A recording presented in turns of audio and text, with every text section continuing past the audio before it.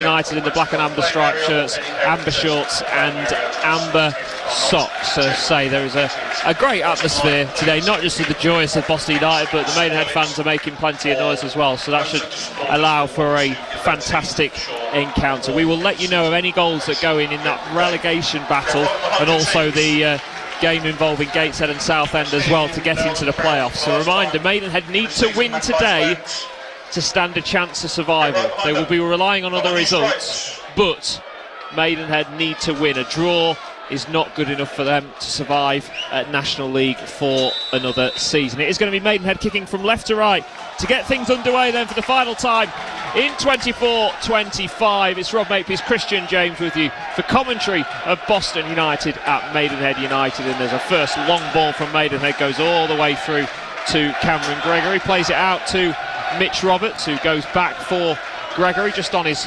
penalty spot at the moment. Should say the pitch is in a real good condition here. Just the two goal mouths are a little bit scrappy, but there is certainly a major slope on the pitch as Boston are playing it around at the back, and Gregory, well, nearly caught out there. Roberts flicks it on forward for Wadsworth, just hooks it down the line and it comes out of play, and well, there's about being relaxed, but I think Cameron Gregory was a little too relaxed there. Yeah, overly casual, and that touch off Mikulski, I think it was, really can fly anywhere. As it was, it went to Roberts and he improvised nicely to get the ball out of danger. But an early worry for Boston there. Maidenhead did score early at Wilston the other week and weren't able to convert, so we know they're capable, and kicking down the slope towards the less occupied of the two. As here comes Ward out to Boston United on the left-hand side to Knowles. It gets deflected up to Wadsworth, puts the cross into the penalty area. Sloggett goes up with a header and it goes over the bar already. We've had two chances early on. First, Maidenhead nearly nicking the ball off Cameron Gregory, and then straight down the other end, Sloggett heads it over. 1 minute 20 seconds gone. Maidenhead 0, Boston 0. Well, we know Boston are capable of early goals as well. Both of their Easter fixtures, Wealdstone and Solihull, they scored in the first 2 or 3 minutes. So yeah, a warning sign for Maidenhead. It's not going to help their afternoon if they go behind early and you start to think about where the belief's going for them. Interesting, we had the announcement before kick-off that fans could move around the ground, home fans that is, and they've all congregated at this end that's shared between the two teams, and they're not really heading back. They seem to have decided that the home fans are camped there for the afternoon. So Boston are kicking towards the busier goal. As Jay Rowe, with some defending to do, gets something on it. Calls of handball against Rowe. It was pressure on him from Reece Smith. It will be a Maidenhead throw on the left-hand side, right next to the corner flag. It's just a long ball. There's quite a strong wind here as well, which is going Maidenhead's way. So they'll have that in that first 45 minutes. And it's going to be Miles Welch-Hayes who will come across to take this throw for Alan Devonshire's side. Experienced manager at this level. It's played into Reece Smith and he's trying to bulldoze his way through. Sloggett stops him for the time being. Picked up now by Casey Pettit. Played back into the penalty area, headed away by Mills. Ward can't quite get there. It's back out to Welch-Hayes on that left-hand side. Sloggett with him again. Sloggett able just to stop him and now just preventing it going out for a corner, and plays it long down the right-hand touchline. It's going to be played back by Honorise forward. Stolen back by Ward, but again, Maidenhead get it out, and it will be a Maidenhead throw, which will be taken by Honorise. Say, you look through this squad, there is a lot of National League experience in the Maidenhead side today, from a club that have been up here for quite a period as well, Christian. Absolutely, 2017 I believe it was, and you speak to people that have been in the National League a while, they say Maidenhead always find a way. Well, this is going to top them all if they can do it this afternoon. Mills comes in and stops Mikulski from getting the shot away, and Mikulski just made contact with the Boston captain, so it will be a free kick for the Pilgrims. 3.5 minutes in here on Hope and Glory. Maidenhead 0, Boston 0. A reminder, we'll have continued coverage of Boston throughout the summer, both on Hope and Glory 6 till 7 weekday evenings, and also on that Boston United podcast on BBC Sounds. If you've not done so yet, make sure you subscribe to that to get your latest Pilgrims news throughout the summer. Gregory goes long. De Havilland heads it away, but it's only out for a Boston United throw on the left-hand side. Now, Mitch Roberts does have a longish throw. I think we can't call it a long throw when you compare it to Brad Nicholson. No, it's not quite Brad, is it? And I don't think he's going to employ it here, but he is the option for Boston today. Ward trying to spin on it in the midfield, but stolen back by the hosts, and then Ollie Green closes down Nathan Ferguson. So will be another throw for Maidenhead to be taken by Remy Clarima, the number 20, former Braintree Town man. Again, another who's been in and around this level for a lot of his career. Ball played into the midfield area, dealt with by Sloggett once again for Boston United. Back to Jacob Scott, who looks to deliver it long down the right hand side, headed away by Honorise. A little bit of pressure put on him by Jimmy Knowles. This would be where we would usually see the Brad Nicholson throw, but not playing today, just on the bench. So Rowe throws it in back to Scott, played it forward for Sloggett, back out to Jay Rowe. He looks to progress forward, instead goes back for Ward. Boston have it in the midfield area. Sloggett nearly gets caught by his man, and the referee in fact has pulled it back. I think it was more of a slip than anything else from the number 8 Ferguson, but it does mean Boston United have a chance to get their big men forward from the back. 0-0. Yeah, fair decision. There was a couple of really assured contributions from Jacob Scott there, making just his second start for the club. The other came in the 3-0 win at Yeovil when the Teal had a little niggle. So yeah, an interesting one for Scott to get involved today, and he's doing so from the start.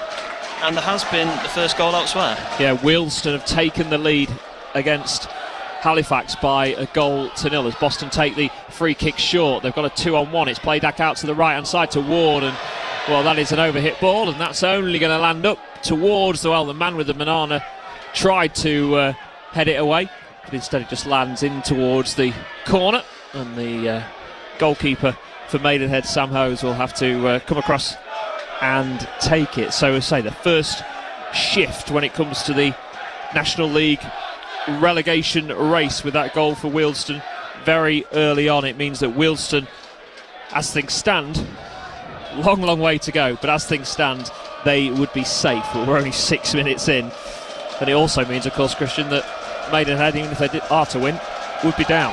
Yeah, they now need a goal here and the goal elsewhere in both of those other 2 games. They need Dagenham to lose, they need Wealdstone to fail to win, and as you say, very early on, but none of those 3 results are happening for them at the minute. 0-0 here at the moment, 6.5 minutes in. It's out to the left hand side to Miles Welch-Hayes, looking to get something going down that left wing once again. Another hosts played back into the midfield area now to Casey Pettit, looks to play the 1-2. Rowe gets the leg in the way right on the edge of the penalty area. Sloggett tries to play it forward, but again Pettit is there and just shields the ball away from Sloggett back to Welch-Hayes, and it comes off Keaton Ward's left knee, and it's out for a Maidenhead throw midway inside the Boston United defensive half, taken by Welch-Hayes, and he gets the ball back once again and then has a little bit of space, but he's only looking back at the moment. Boston stopping him and preventing him from getting forward, so it's going to be another throw for Welch-Hayes. I think the Boston fans have found out about the Wealdstone goal. Yes, going down with the daggers, I think, was the chant as the ball is played forward. Sloggett again gets his body in the way and gets it away. Knowles, could this be, I suppose we were saying this time last year, could this be his final Boston United appearance? We're a deja vu really, on loan from Accrington Stanley, but not really involved there this year, and you just wonder whether he might be the kind of player Graham Coughlin, going full time, can now target. Absolutely. I know he was Mansfield based. I don't know whether he's retained that with being at Accrington, and they've just about managed to avoid meeting Boston next season in the league, bottom end of League 2. So in terms of steps up the pyramid, it's not much of a fall for him this summer. No. So Mikulski gets in behind Scott. It's Mikulski left hand side of the penalty area. Scott gets back. Fantastic recovery challenge from the young centre half. He made the initial error. Mikulski able to get in behind, but Scott sprinting back, sliding in, and we get our first corner of the game. 8.5 minutes in, 0-0. Yeah, he was slow to clear, but he made amends, didn't he? Fantastic coverage. And actually, it was a good job he was so slow trying to clear. If he'd have been a little bit closer to that, you're worrying about a foul and probably a red card on the edge of the box. So, if anything, he was lucky it didn't fall in that half space between getting rid of it or clattering his man. He was so late, did manage to get in behind at the expense of a corner.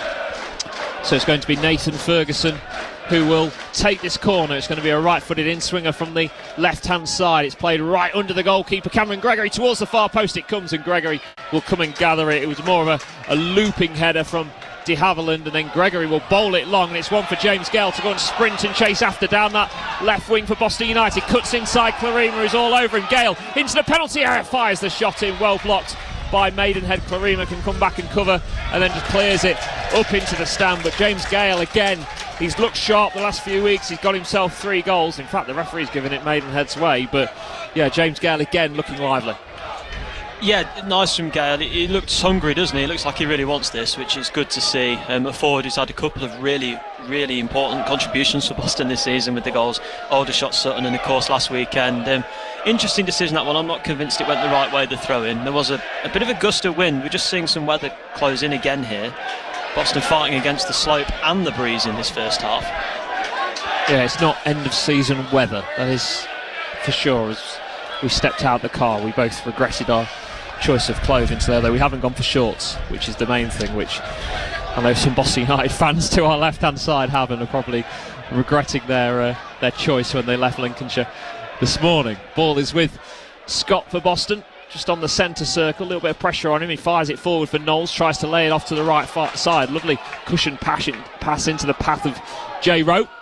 Back to Scott once again. Boston have it in the midfield area now with Ollie Green. Little poke ball through, and then it's Ward out to the right hand side, but Knowles will be offside. That was a clear decision for the official to make over on the far side to where we are. It remains 0-0, 10.5 minutes in here on BBC Radio Lincolnshire. Yeah, Knowles ran through hoping that initial ball in was going to be clipped over. As it was cushioned inside and then played through. He was overcommitted, and an easy decision for the linesman on that far side to make. No complaints for Boston. We say they're kicking up the slope, but they are kicking towards this end stroke corner where they've got the away fans. So if we're to see scenes of celebration amongst all the various characters and colours we've got in this corner, it's going to have to come in the first half. Ball headed forward by Mills. Ward flicks it on, and then Knowles looks to play it out to Wadsworth on the left-hand side. He just decides to send it long. One for Gale to go chasing after. Clarima's going to try and stop it going out of play, and is able to do so.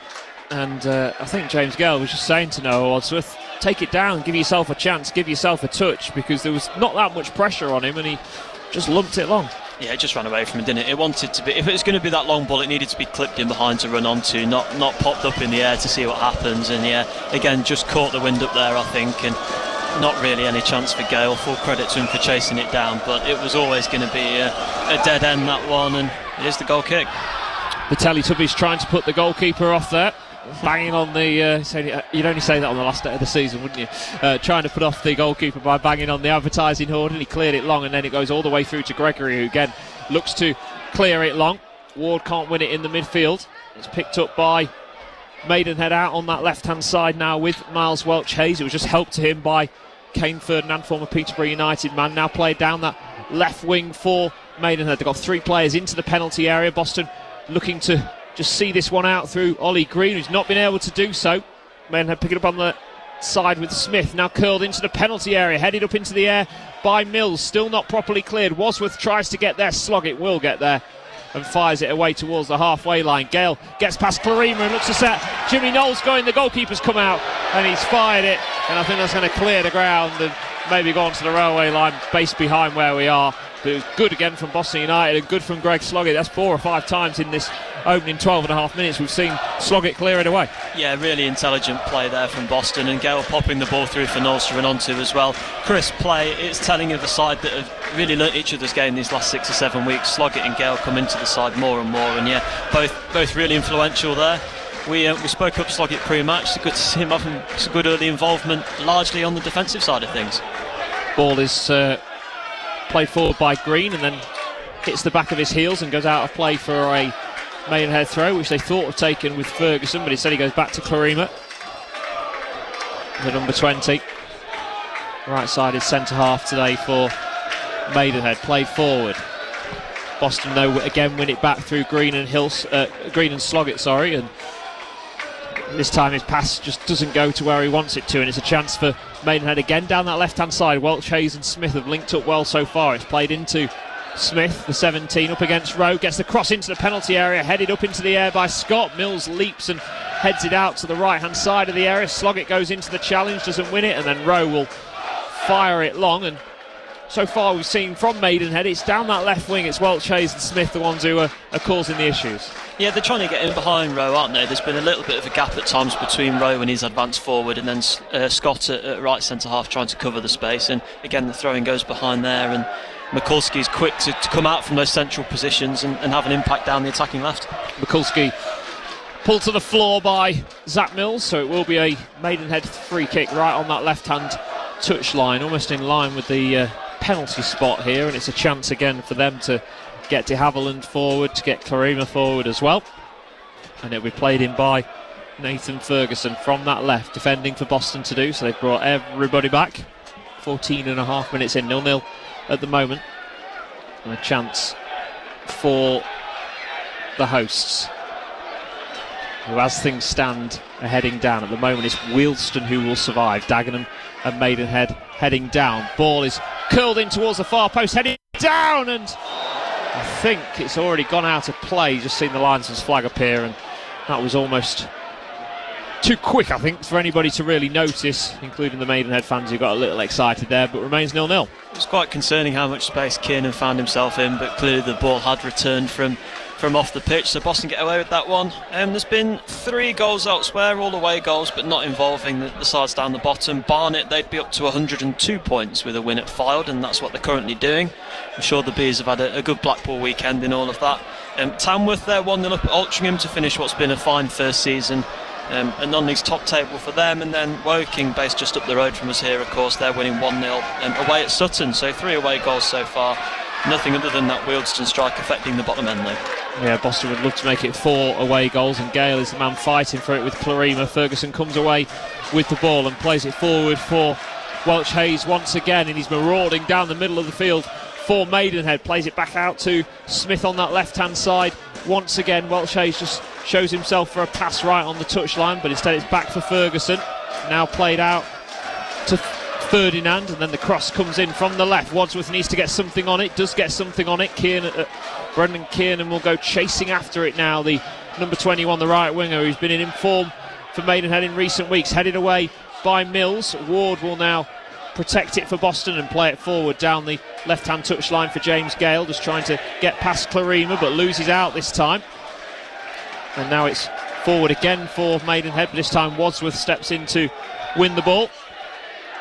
And then Pettit plays it straight out of play. Yeah, Brendan Kiernan's had an interesting career the last couple of years. He's been at Crystal Palace. We see this a lot with players. He's been playing in their development side. They like to bring in a seasoned pro to help the young players come along. We've seen it with Tom Huddleston at Manchester United. Jake Spearing at Liverpool, probably another notable name that's done that. And yeah, Kiernan's been there. So you look at his career, all of a sudden he's been mainly around League 2, National League. All of a sudden there's a Premier League side on his CV as he looks to play the ball into the penalty area, cleared away by Scott. It's going to be picked up by Clarima, out to the man we've just been talking about, Brendan Kiernan. Once again looks to get the cross into the box. Wadsworth sticks to the task well. It just hits the corner flag but only goes out for a throw for Maidenhead, and it will be Clarima who will come to take this throw for the hosts. And lucky there not to get the corner. It just rebounded off that corner flag, and it's a chance for Clarima to throw it long. It's a bullet of a throw into the penalty area, and the first touch was made by Maidenhead, and then Mikulski fires it over the stand, and it remains Maidenhead 0, Boston 0 here on BBC Radio Lincolnshire, 18 minutes in. Yeah, the basics failed Mikulski there, a man that's got 13 league goals this season, just leaning back. It's only ever going to fly over. The throw in was a strange one. He was really leaning back as well. It didn't seem to come from the arms. It seems to come from a sort of a snap of the spine almost. Yeah. I wouldn't want the stiff back he'll have on Tuesday, Wednesday morning, but yeah, quite effective there, and having been unfortunate not to get a corner, the delivery was almost as good as one from Clarima, so one for Boston to be aware of. They have been susceptible at times from long throws from that sort of distance. Yeah, it was almost like a slingshot style throw.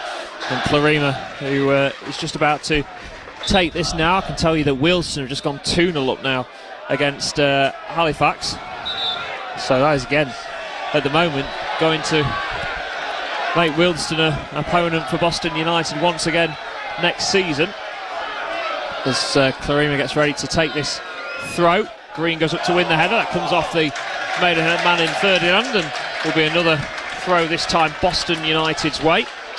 Yeah, and Boston just need to try and create something now. They had a couple of half chances early doors, but not really seen much since. No, we've seen more of the play's been at our right hand side, hasn't it? At the end, Gregory's defending, but they've got the chance now, and maybe Scott can show he's got a bit of a throw on him as well. They've obviously been having lessons from Nicholson. Yeah, Jacob Scott has joined the Boston United fans as he goes to make this long throw into the penalty area. Mills flicks it on to Ward, edge of the area, fires the shot in, goes high and wide of goal, but good chance created by the Pilgrims, and who knew Jacob Scott had a long throw? Well, there we are. As I say, he's had a bit of time to work on it, and given he is the wider of the centre halves there, he's got licence to come forward and deliver, so options for Boston. And yeah, Ward, nice that, got his knee over the volley, but it did just fly over in the end. Of course, with Wilson 2-0 up now for Maidenhead, it means they need 2 Halifax goals there. Dagenham to stay behind. For Dagenham, it gets a little bit more simple, but a bit more difficult. They just need to win now to get past Wealdstone. As it stands, they're a point behind and occupying that 21st spot, and the 4th one that goes down to what would be National South for them. 20 minutes in, Maidenhead 0, Boston 0 here, but it's the host coming forward down the right hand side once again with Kiernan. He's got Roberts for company. Kiernan skips past Roberts like he's not there and then plays it into the edge of the penalty area, and it's panic clearance from Jacob Scott this time. Knowles battling with his man and gets Boston United a free kick. Honorise not happy with the referee's decision there, but good battling from Jimmy Knowles to win Boston United the free kick, as we say, just on the edge of the centre circle. Good referee in that. He waited, didn't he? He waited to see if anything developed and then played it back. I think it was always going to be a foul, and that is more advantageous for Boston. Scott plays it forward for Ward, tries to head it back infield for Knowles, but dealt with by the home side. Green tries to win the 50-50 up against Ferguson in the air. It comes off the head of Ferguson for a Boston United throw, and well, Jacob Scott is being allowed to take this. I don't think it's going to be a throw into the penalty area because Mills and Roberts have both decided to stay back, but it will be a opportunity for Boston once again with this throw from Scott. Again, it's decent size and it comes off the head of the Maidenhead defender Honorise, but he's been fouled, says the referee, so it will be a Maidenhead free kick, which will be taken by their goalkeeper Sam Howes, who's had a quiet opening quarter of this game.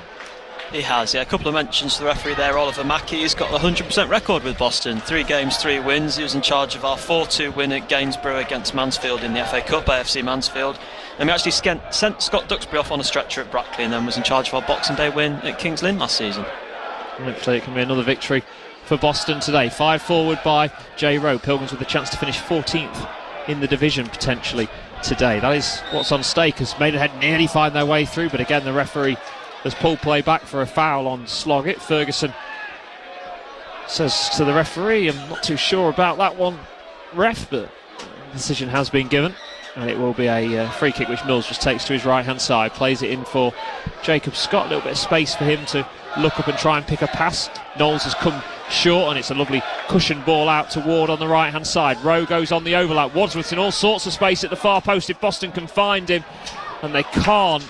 It was a really intelligent run that from Noah Wadsworth. He just was able to get in front of Kiernan and had all sorts of space at the far post, but Boston just didn't quite pick out their man. He sensed the opportunity, didn't he? Because his winger Kiernan had come back, but he'd left all this space in behind wide, and because he'd come back, it only left Mikulski up front against the 3 centre-halves. So Wadsworth had the freedom to go. He spotted the opportunity, but Boston just weren't able to spot him, let alone pick him out. And in the end, some intelligent defending to clear it off Jay Rowe, and therefore for a goal kick. Green heads it away for Boston from that goal kick. Roberts now having to be careful. Mikulski behind him. Roberts slides and plays the ball back for Gregory, who goes long, and that will end up into the Boston United fans.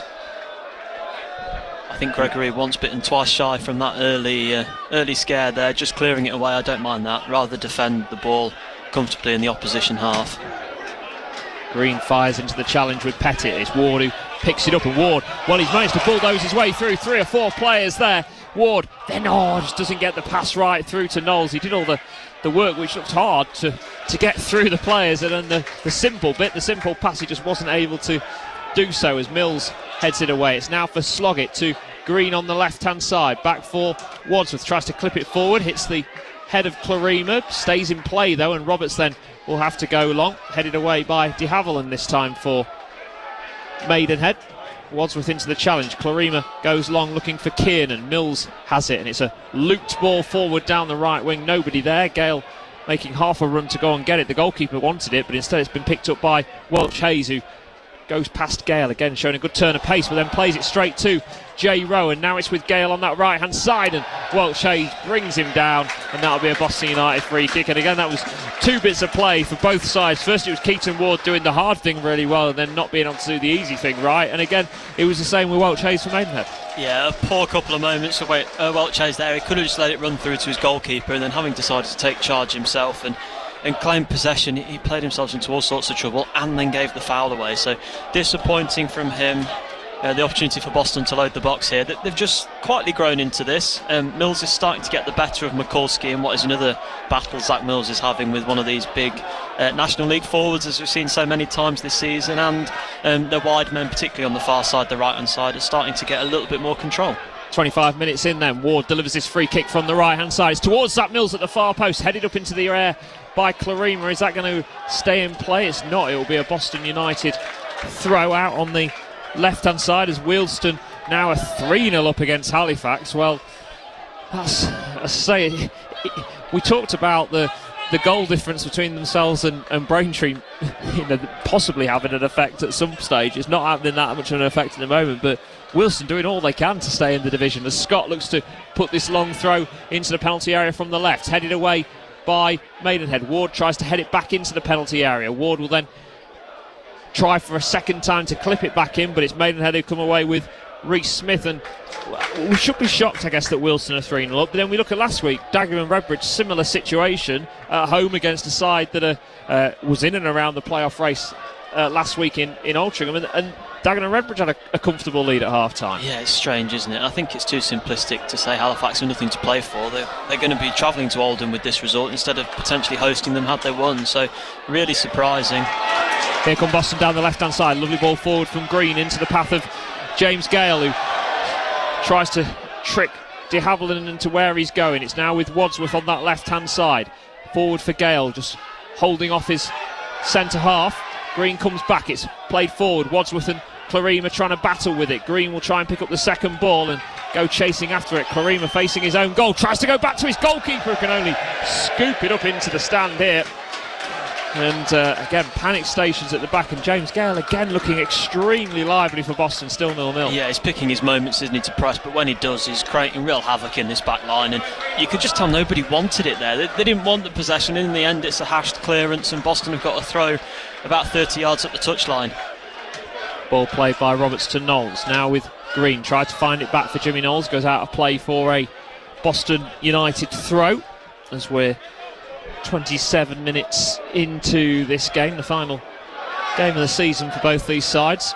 As Sloggett's pass is a real poor one, it gives Maidenhead the chance to come forward. It's played out to the left hand side to Mikulski, who hadn't timed his run. It was Reece Smith who looked to play the ball through, and Mikulski can't quite believe that the offside flag's gone up. What a chance that could have been, and it came from an unlikely source. Yeah, you don't see Sloggett misplay too many passes, let alone into that sort of danger. Completely exposed Jacob Scott, but Boston kept their line tight. Mikulski, I don't think he was ever onside. It was such a bizarre run. You could see he was beyond the shoulder, never bothered to get himself back, and in the end the pass was rolled through, and the linesman duly obliged. Really, really strange. Also really strange, this 3-0 scoreline for Wealdstone, as we touch on. You'd have thought all the pressure's on them, but clearly they've made a good start early, and they've just kept it going against a Halifax side who are now preparing for the playoffs in pretty poor form. It'd be just 2 wins since the 15th of March for them. They're going to do very well to turn it around, and it is a turnaround Maidenhead need to give them any hope of survival regardless of what happens here. Boston getting play back underway. Sloggett nearly stands on the ball in the centre circle, then plays a wonderful pass out to the right hand side to Jay Rowe. Boston with 3 players in the box. Rowe back for Keaton Ward, now edge of the penalty area, trying to find space for a shot, gets the shot in, and the goalkeeper just dives low down to his left hand side and gathers it. Always a comfortable save for Sam Howells, but it remains Maidenhead 0, Boston United 0, and that will probably go down as their first shot on target. Yeah, Gale had the opportunity early on as well, didn't he? But that was a good effort from Ward. I think he made more of the situation than there really was. It was on target, low, but not quite hard enough, and yeah, gathered fairly comfortably as Jay Rowe takes a high boot to the head.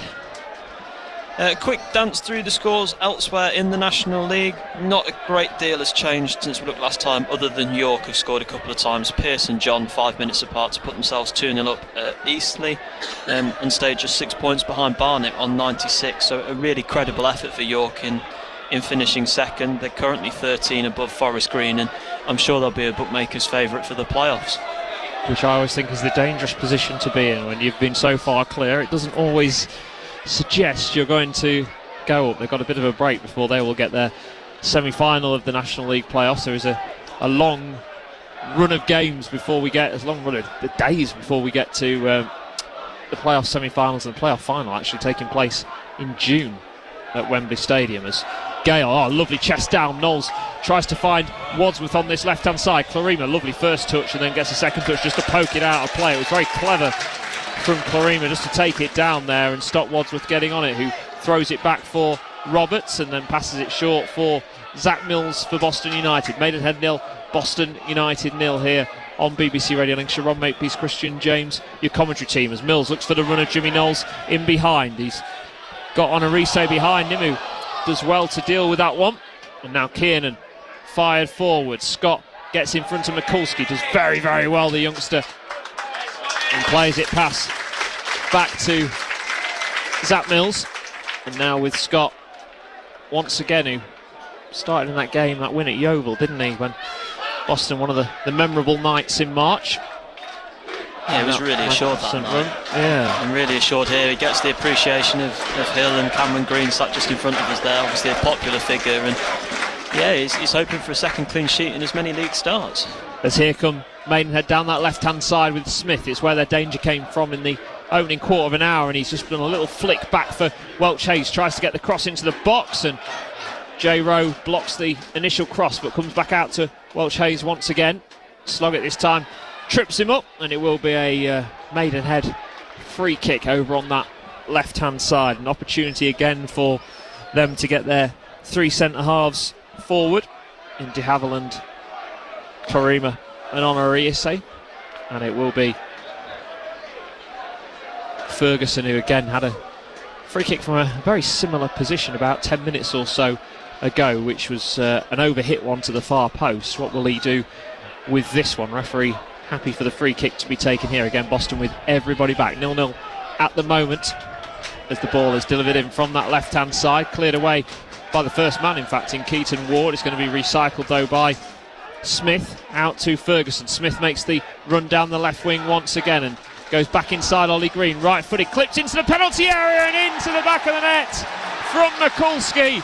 He had to stoop to put it in the bottom right hand corner, and Maidenhead take the lead 1-0. Yeah, really intelligent work by Smith to get in behind Green, cross it in, and then Mikulski isn't going to miss from there. Boston not able to defend the ball that came into the 6-yard box. I'm not sure whether it was one for Gregory or he'll feel that there was someone at the near post that should have cut that one out, but disappointing to see a ball fly so close to goal without anyone in an amber shirt or the goalkeeper attacking it. And yeah, a player of Mikulski's quality isn't going to miss that. Over the ball, heading it down and in, and Maidenhead are doing all they can. We said they needed favours from elsewhere. They're not getting them at the minute, but they are doing the job here. Boston just reminding them that they are staying up, but they are also behind here, and we've had another goal and it's gone to Dagenham. So nothing going right for Maidenhead other than what they can control. That would put Wealdstone back in it, despite the fact they're 3-0 up at home, and actually drops Braintree to 20th, but with the goal difference, even if they go behind, it's very, very unlikely they're going to drop in unless Wealdstone can turn that 3 into 9 or 10.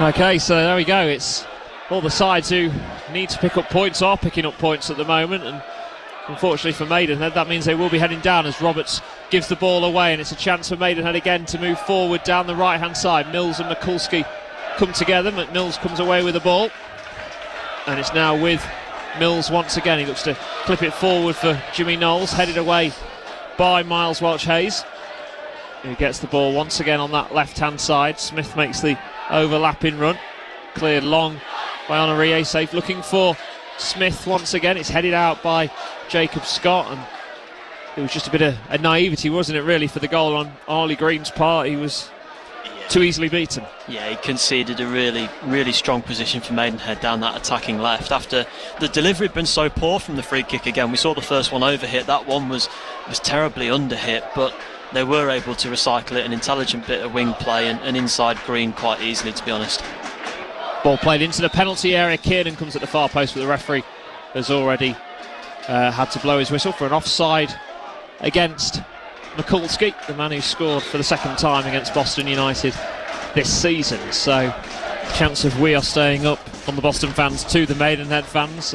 Everybody, let's say in this modern day and age, well aware of what is going on across the country. At the moment it is Dagenham now who survive. Wealdstone and Maidenhead will be the two sides heading down to National League South next season. At the moment it'll be Southend into the playoffs. That's still goalless at Gateshead. A reminder that Gateshead need to win that game to overtake Southend and get in that final playoff place, as Boston trying to get on the front foot here. Welch Hayes just protecting the ball in the left back position and clears it long, and it will be out for a Boston United throw in a decent attacking position.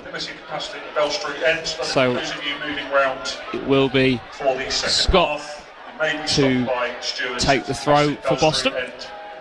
Yeah, Welch Hayes has been a lot stronger going forward than defensively, and just conceding another throw in down that side. Ball thrown into the penalty area. Gale tries to twist past his man, goes down on the ground, feels it was a penalty.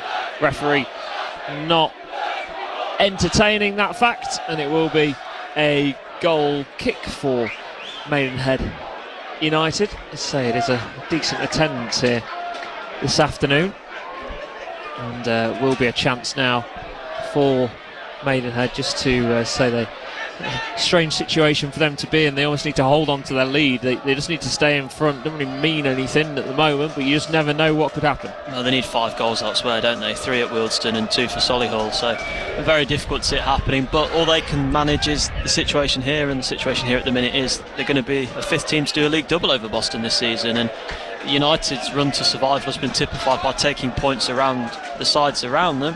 And usually they're behind against one, having won at Dagenham and Yeovil when they were down there, and beating Wealdstone at home, having had the disappointment away there as well, and winning at Fylde, of course, which sort of got the run going, didn't it? It's easy to forget that Fylde result because it came in February, but it was the first glimmer that Boston had some fight in them, and it put Fylde in all sorts of trouble they've never got out of.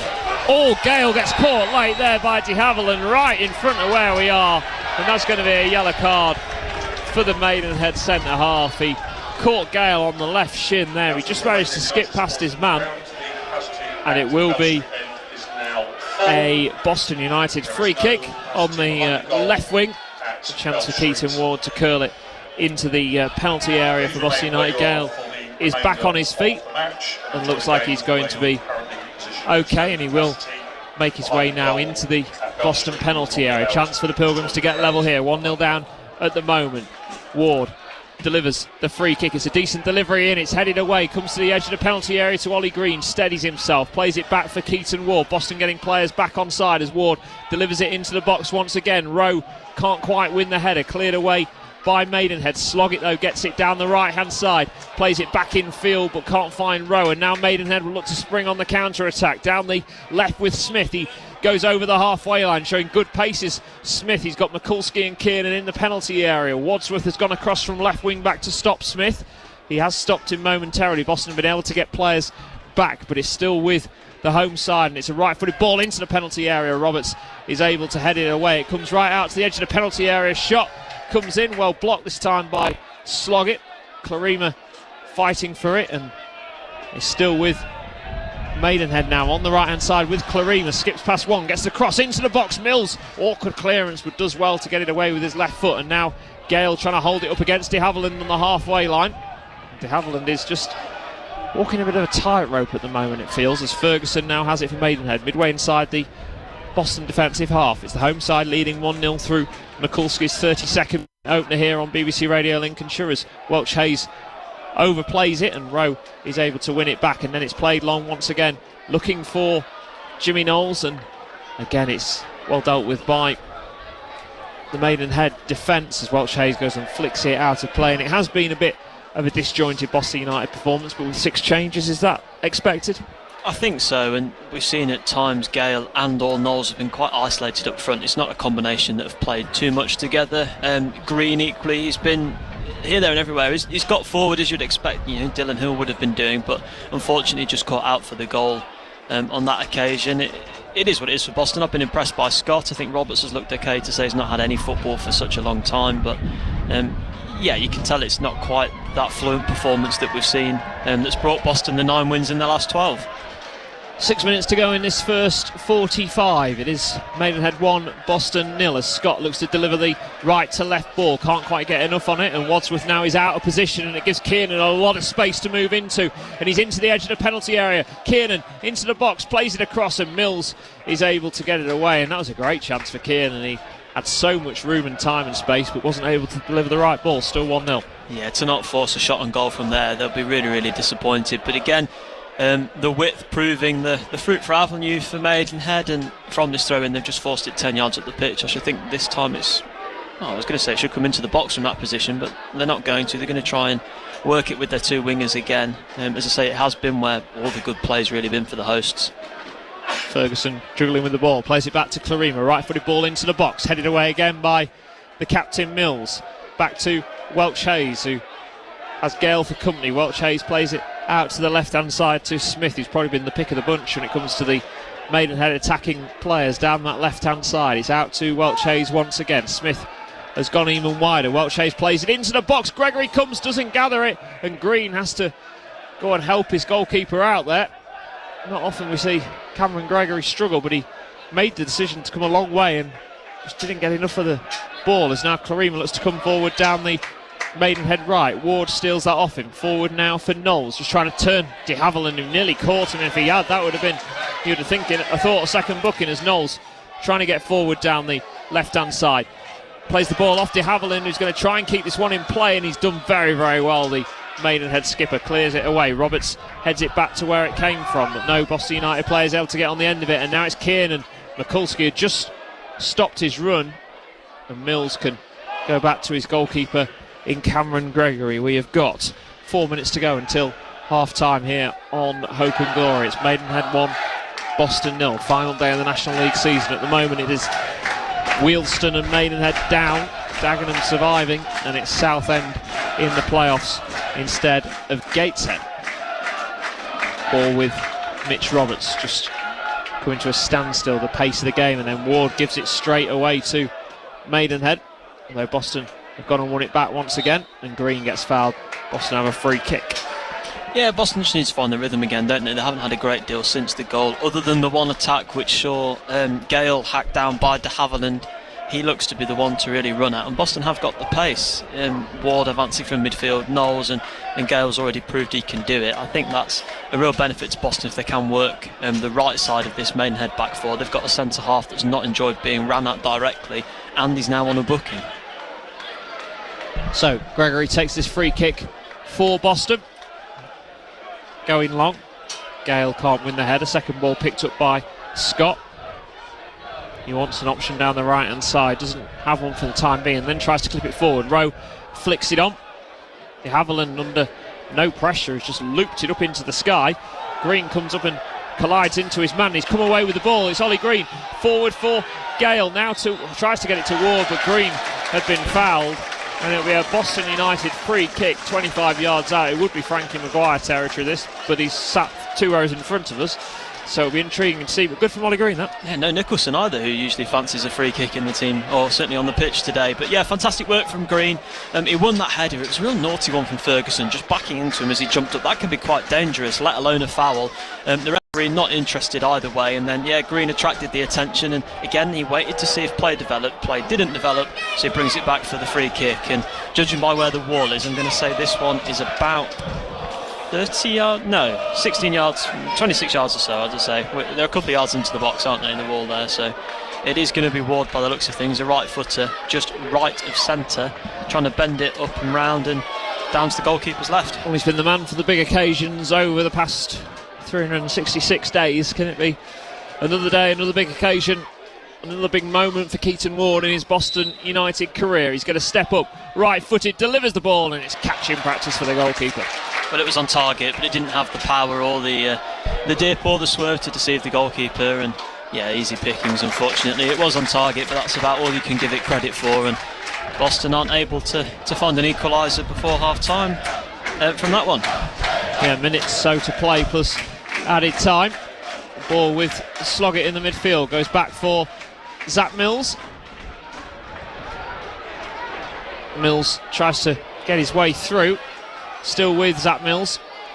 Forward now for Gale to go chasing after the goalkeeper's come right out of his penalty area and has to take a couple of steps back into it to come and gather the ball from that long pass forward, which Gale couldn't quite get on the end of. Yeah, too much curve on the ball, wasn't there? Just took it back into the box, and there might have been a decision for the referee to make. It meant House could use his hands, and good work from Gale again. And Mills did well to get out of a tight spot because he had two on him and one false move, and Maidenhead were in probably for a second. Creamer plays the ball infield for Casey Pettit.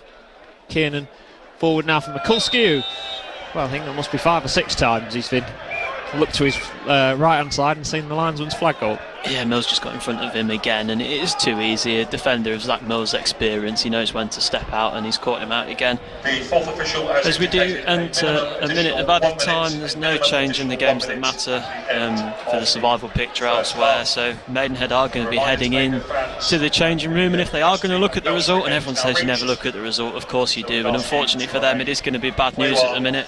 With all three of the key sides winning, they stay exactly as they are. And stripes. So, long ball forward. Sloggett picks up the second ball. Now with Scott, long down the left-hand side, goes out of play for a Maidenhead throw, which Waltz Hayes will just take his time over as he just does to see it through until half-time. And we are staying up once again, the chant of the Boston United fans. Waltz Hayes just told to move back a few paces, and we'll then get ready to take this throw. Rowe tries to win the header, played out by Ferguson, out for a Boston United throw, but the referee decides to blow the whistle. Then it's a much changed Boston United side, and they're behind here in Berkshire at the break. The only goal of the game coming 32 minutes in. It was a cross-in from the left-hand side, a stooping header from Sean Mikulski to put it into the bottom right-hand corner. Boston United not really having any great clear-cut chances in this game, and intriguing to see what Graham Coughlin does as the second half progresses, Christian. Yeah, I remember 2 or 3 weeks ago when Boston had conceded a couple of goals like the one they have there, across from wide, not defending the 6-yard box. He said it probably takes months as opposed to minutes to sort out that kind of error. He knows his team have got it in them, and unfortunately it's shown there. As he said, they haven't created much either, so they are the opportunities on the bench to change things. Alternatively, he might feel he wants to have a look at, for example, Coates or Marriott. So it'll be interesting to see which way it goes, but at the minute, Maidenhead doing all they can in futility.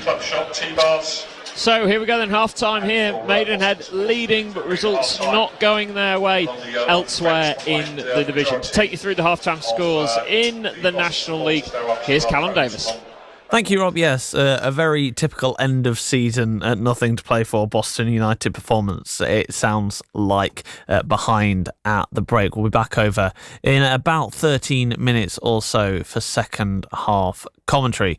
But let us go through the scores elsewhere then, and we'll start with the evening kickoff in the Premier League. An 8 o'clock kickoff is Crystal Palace against Nottingham Forest. Champions League football on the line for Forest, who have dropped points at crucial times this season. They'll be wanting to get back to winning ways against FA Cup finalists Palace.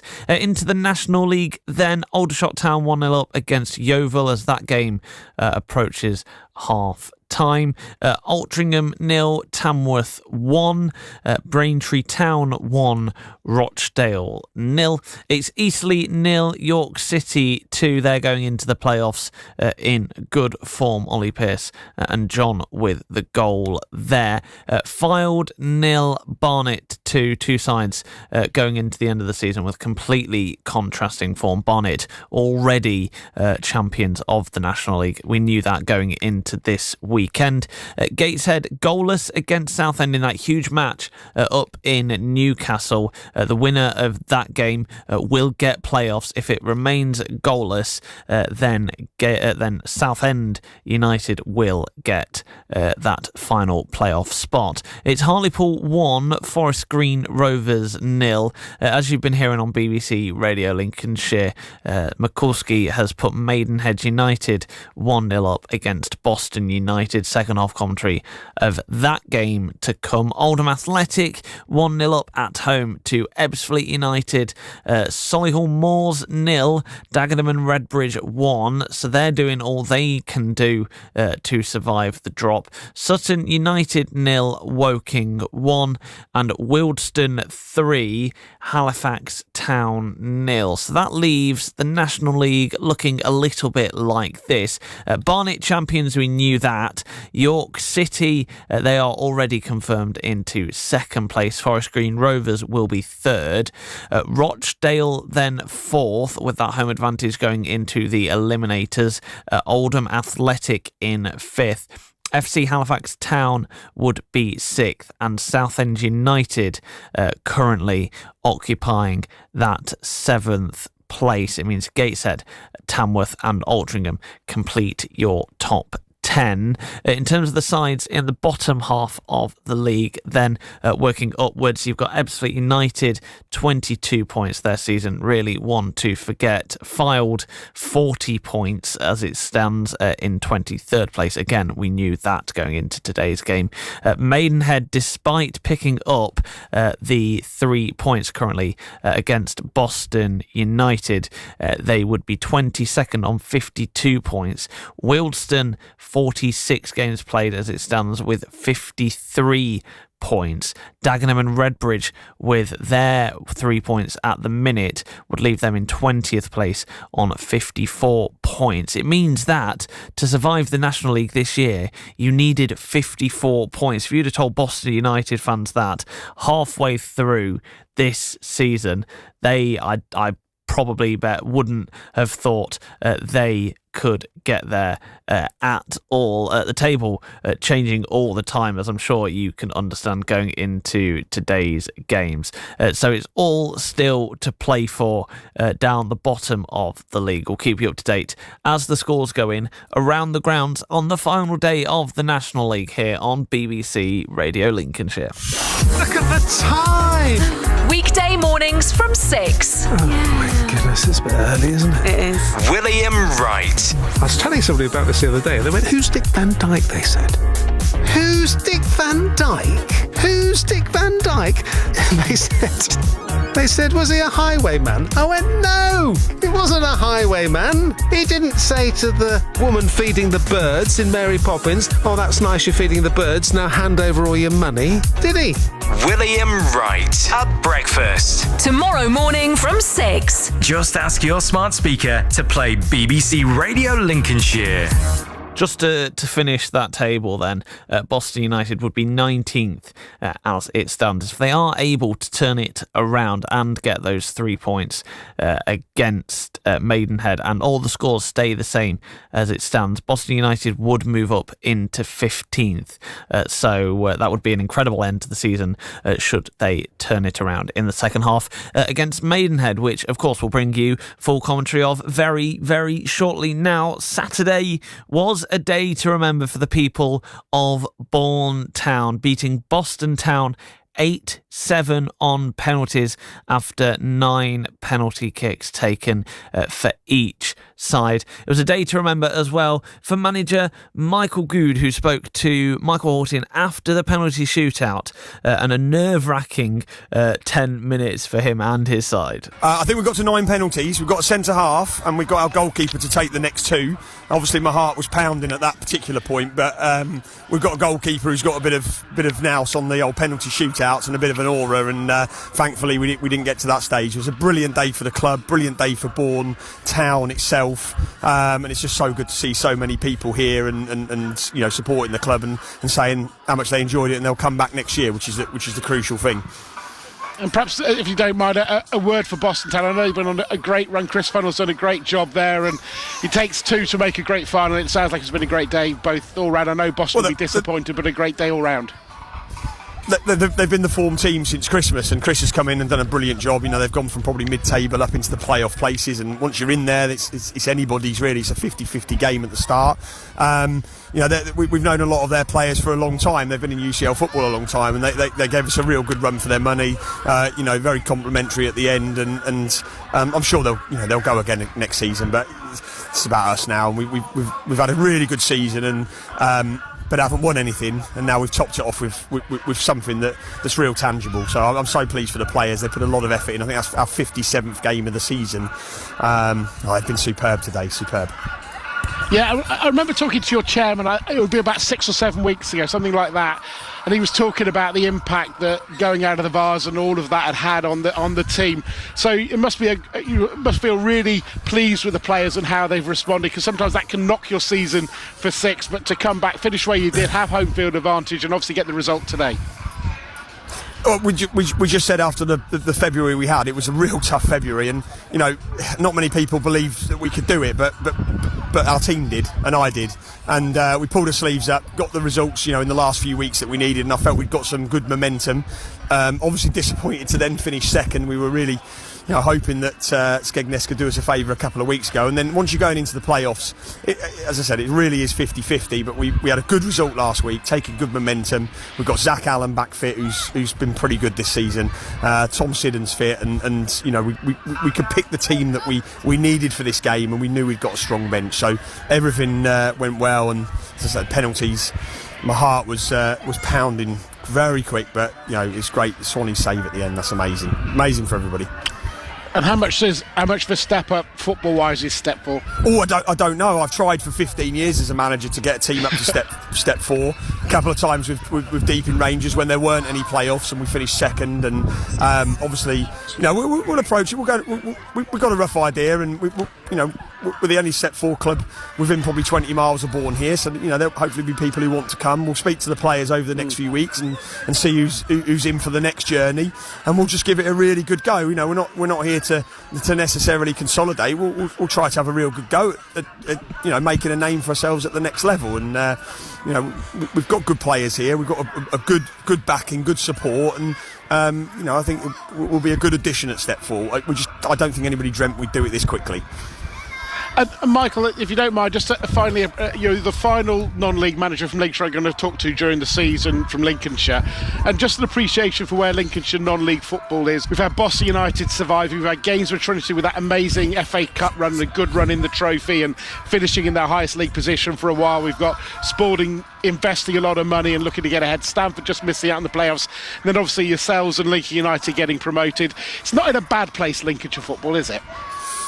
I'm a Lincolnshire boy, market deep in, born and bred. So, I've followed the Lincolnshire football all the way through school and up into playing and management. It's in a really strong position. 2 or 3 clubs at step 3 who are investing and looking good, and you say Boston surviving, which that's that sort of like elite level, and then so many clubs at this level who are really strengthening everything that they do, both on and off the pitch. Even Boston, they've done so much off the pitch to make their club more sustainable, and then obviously that brings better players and better managers and better results. And I think we're in the same place. We've got a great committee here who've invested so much time, and then you get a bit of momentum, you attract the players, you get the results, and it just keeps going from there. So Lincolnshire football is in a really good position at the minute.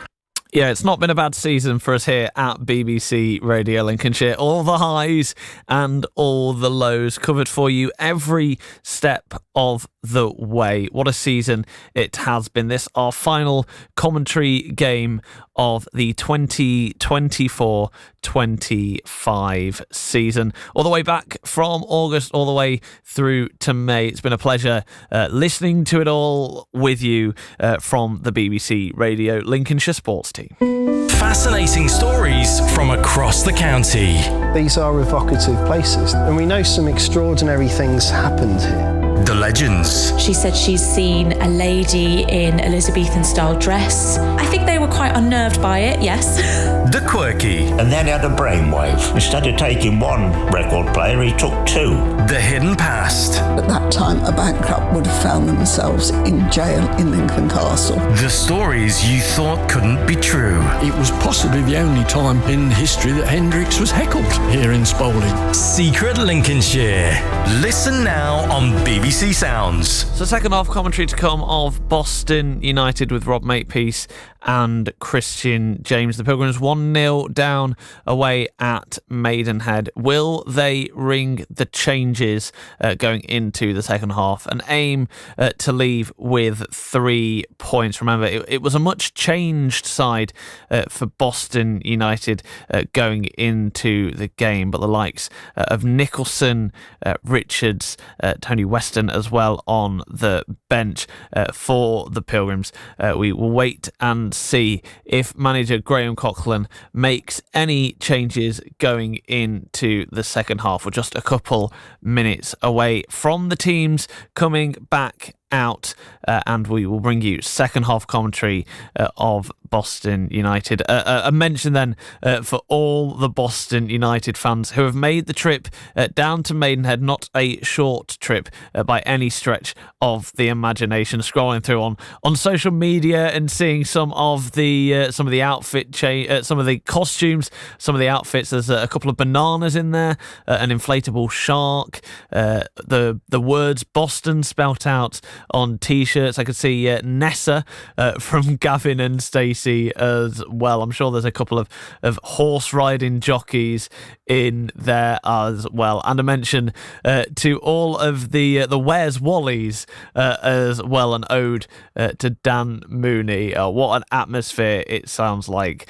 down at Maidenhead. Second half commentary to come then here on Boston United. A reminder, the Pilgrims can finish as high as 14th today if scores go their way. Currently, with the current scores around the National League, the Pilgrims will finish 19th. They could finish as high as 14th, but the most important thing is that they are safe from relegation, and what Boston United fans would have given for that just a couple of weeks ago.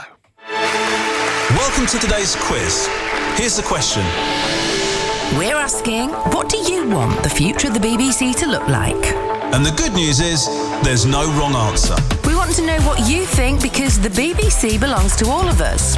To have your say, look out for an email or visit bbc.co.uk/RBBC Time now then to head back to Maidenhead for for second half commentary. I'll leave you in the hands of Christian James and Rob Makepeace.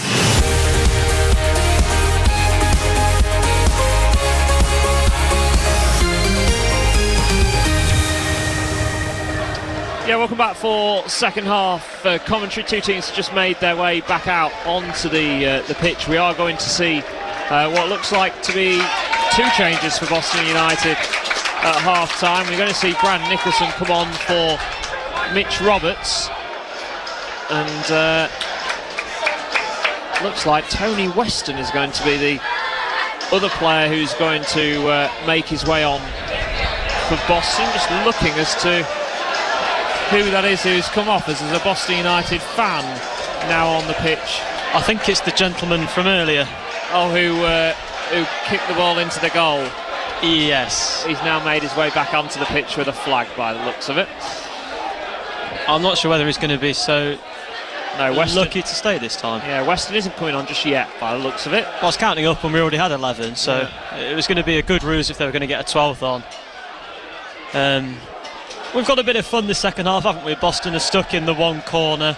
Maidenhead have made their way around. This is the goal they're attacking to our left-hand side in the second half. So we've got the two most vocal parts of the two fan bases separated by no more than a couple of gates. And as is always the way when there's a bit to keep you safe, everyone's got plenty to say and plenty of gestures to offer. I don't think it's going to be the last time those stewards have a bit of work to do, but they've already reduced the attendance by a couple during half-time. So Nicholson on for Roberts, who made his first appearance in a Boston United shirt since September. And we are about to get this second half underway. A reminder that as things stand, it will be Maidenhead and Wealdstone relegated, and Dagenham staying up, and it'll be Southend heading into the playoffs. Then back underway, final 45 minutes of football for Boston United this season, losing 1-0 at half-time through that Mikulski goal, but looking to get on the front foot straight away down the right-hand side. Rowe can't quite get there. It's played forward and headed away by Nicholson, the half-time substitute, just slotted into his usual position as left-sided centre-half, as Scott just can't quite keep that one in play, so it'll be a throw for Maidenhead, and Welch Hayes will take it right in front of where we are, midway inside the Boston defensive half, and then Rowe fires into the challenge. It comes out of play for a Boston United throw. Reminder, Boston lined up with Gregory in goal. It's now Scott, Mills and Nicholson, the three centre halves, Rowe and Wadsworth, the two wing backs, Green and Sloggett, the two holding midfielders, with Keaton Ward just in behind Jimmy Knowles and James Gale up front. As the throw down the right hand side from Scott, Welch Hayes just misjudges it, so it'll be another Boston United throw now inside the Maidenhead half, thrown by Rowe back to Sloggett. Bright blue boots this afternoon for the number 21. Mills now for Boston United has it, goes back and gets tripped up as he plays the ball back to his goalkeeper, and that will be a Boston United free kick, which Mills will leave for his goalkeeper Cameron Gregory. Yeah, and that reminds us, it wasn't de Havilland then, but it was a similar chop by de Havilland in the first half that put him on a booking. So that's a potential route of success for Boston through the right centre half. He's looked a little bit shaky when being ran at. Mills has been getting the better of Mikulski largely, but another good battle for the captain. He's had plenty this season. Cardwell, Doidge at times, Lisby and Akindi as well, and Mikulski's added to the list again this afternoon. Both men scored in the reverse fixture. Mikulski's already scored here. Nicholson nearly put into all sorts of trouble by his goalkeeper, who's done very well there. Free kick would have gone Boston's way, but instead Mills has played it forward, and the referee has pulled it back for a Boston United free kick. And a couple of times now Cameron Gregory has just not had his eye on the game, it feels. He's a little bit more relaxed than he has been in recent weeks. Yeah, it's been a shaky moment in both halves from him, hasn't he? His best bit of play actually was when he threw one out with his feet. It's been not quite so assured, but Nicholson's composure there and then receiving the foul, and it relieves the pressure for Boston. At the minute, the result does drop them down to 19th, with Aldershot and Braintree both winning, so the chance, if they can find a point to go up, find 2 goals, to go up 2 or 3 places in the league. But as it is for now, it is 2 points off the drop, but that's not going to change. Ball is with Scott, fired forward for Knowles. Lazy, tried to lay it back into the path of Gale, just didn't quite work once again for that front two. And now it's Smith, clip ball forward, looking for the run of Mikulski in behind Mills, who goes down and once again gets the free kick. Mikulski again unsure why the referee has made that decision, but a fantastic battle between the Boston 23 and the Maidenhead number 9. It will be a free kick for Cameron Gregory just outside the penalty area to take. An opportunity for Gregory to clear it long and forward.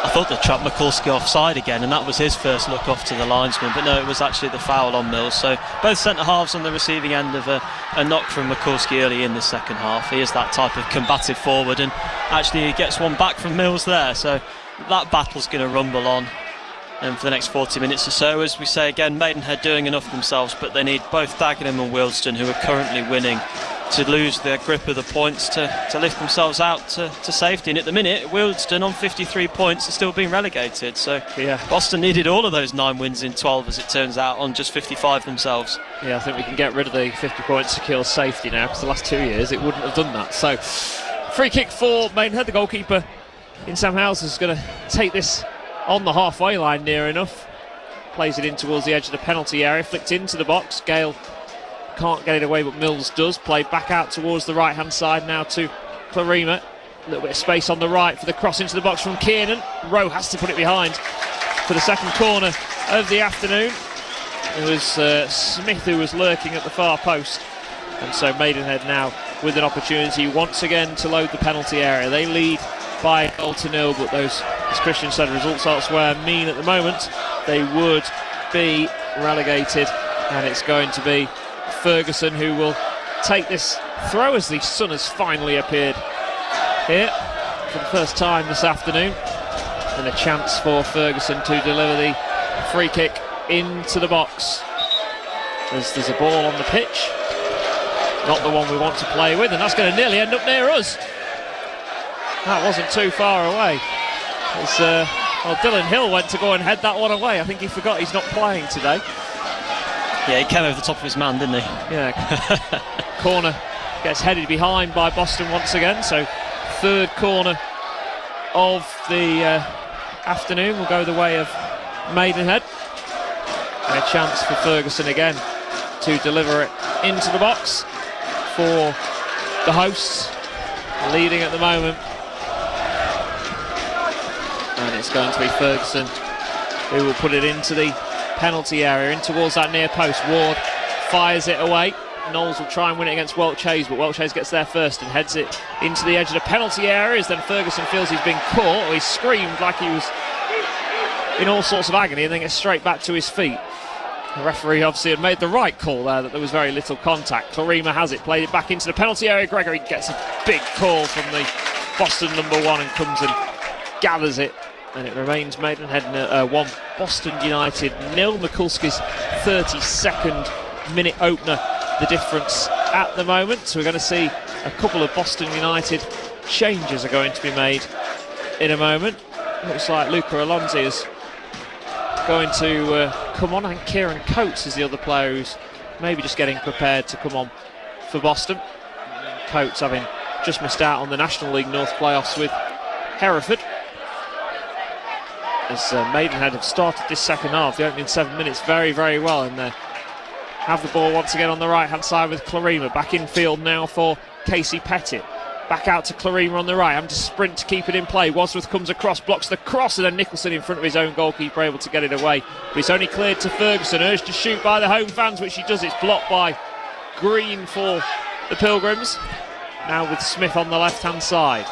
Still Maidenhead in front and having the better of the play in the opening few minutes this second half. They're playing with a little bit more confidence, almost because they know there's nothing they can do about their hopes of survival. It's almost like the nerves, the tension has gone away from the home players, and they're playing with that little bit of freedom. With Kiernan on the right hand side, looks to clip it into the penalty area to Ferguson, tried to back heel it.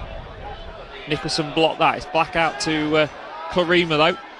Cross into the box, Mills this time heads it away for Boston. Gale can't quite get there, headed away by Rowe this time. Gale going chasing after it, as is Knowles, but Welch Hayes this time goes long. Scott heads it up into the air. Sloggett tries to get it forward now with Jimmy Knowles once again. He's trying to get play down for Boston. Now Sloggett has it outside of the right boot, but can't find Wadsworth. Clarima gets there first. It's Kiernan now, edge of the penalty area. Kiernan drives in the shot. It's only just wide at the bottom left-hand post. It was good play again from Maidenhead. They have started this second half very strongly and leading 1-0 still. Yeah, he's the man in goal scoring form, isn't he, Kiernan? Scored in his last 3, 5 in his last 7, but not able to find the bottom corner there. Boston just needs to find that little bit of composure. As we've reiterated, it's not going to change the situation in terms of the league Boston are in next season, but it would be great to finish with a high and finish as high up the league table as possible. And at the minute they're falling to what is a rarity, a defeat against one of those teams around them, and what would be a 5th double of the season conceded at the hands of Maidenhead this time. 3 Boston changes about to be made. It's going to be Alonzi, it's going to be Jordan Richards, it's going to be Kieran Coates, all coming on for Boston. So you would expect probably here, well, again, it's the last day of the season, so what we maybe would expect and what we're going to see are going to be very, very different, but we'll wait and see what happens here. The ball is with Maidenhead, and Ferguson heads it out to his left-hand side to Smith, who can't this time keep it in play. And now we're going to see those changes now. It's 55 minutes in. It's going to be a Boston throw, in fact, first. No, it isn't. The subs are going to be made. So it's going to be Jimmy Knowles, the first man off. It's going to be Luca Alonzi on for his National League debut. And Jimmy Knowles, the man making the way off. Will that be the last we see of him in a Boston United shirt? His loan spell coming to an end. The second change was the one I was going to suggest, and Noah Wadsworth coming off and Kieran Coates coming on, and then it will be Jordan Richards who's going to be the final change, and he's going to come on for Ollie Green. So 3 changes made. We're going to see a swap of wing backs as well. So Jay Rose going to go across to play left wing back, and Kieran Coates will come across to play right wing back. Coates, who never really got his Boston United career going that eye injury he picked up very early on in pre-season, kept him out for a long while, and then could never really force his way into the team. No, this is the configuration we saw when he came on at Hartlepool. Rowe forced to go across to the left-hand side. It was to do with Romain Cleary that day. Rowe was struggling with his winger, so the coach was introduced instead. And then, the other changes we're seeing, the men who haven't had much match practice in Green and Roberts, both withdrawn for players that have had a little bit more regular involvement in Brad Nicholson and Richards. And the former of those, Nicholson's got the first chance to deliver a throw-in in the second half. Yeah, 11 minutes into this second half. Here comes the Nicholson long throw from the right-hand side. Gale can't get underneath it, and it will go out of play. And Boston United have themselves their first corner of the afternoon. They've put on what you would say are a few of their stronger players. Alonzi, a man who's scored plenty of goals out on loan this season, and I know highly thought of by the club, and he gets his chance here. 7 in 13 for Quorn, helped them to a league title at step 4, and then his loan was ended having scored in the win that secured that championship.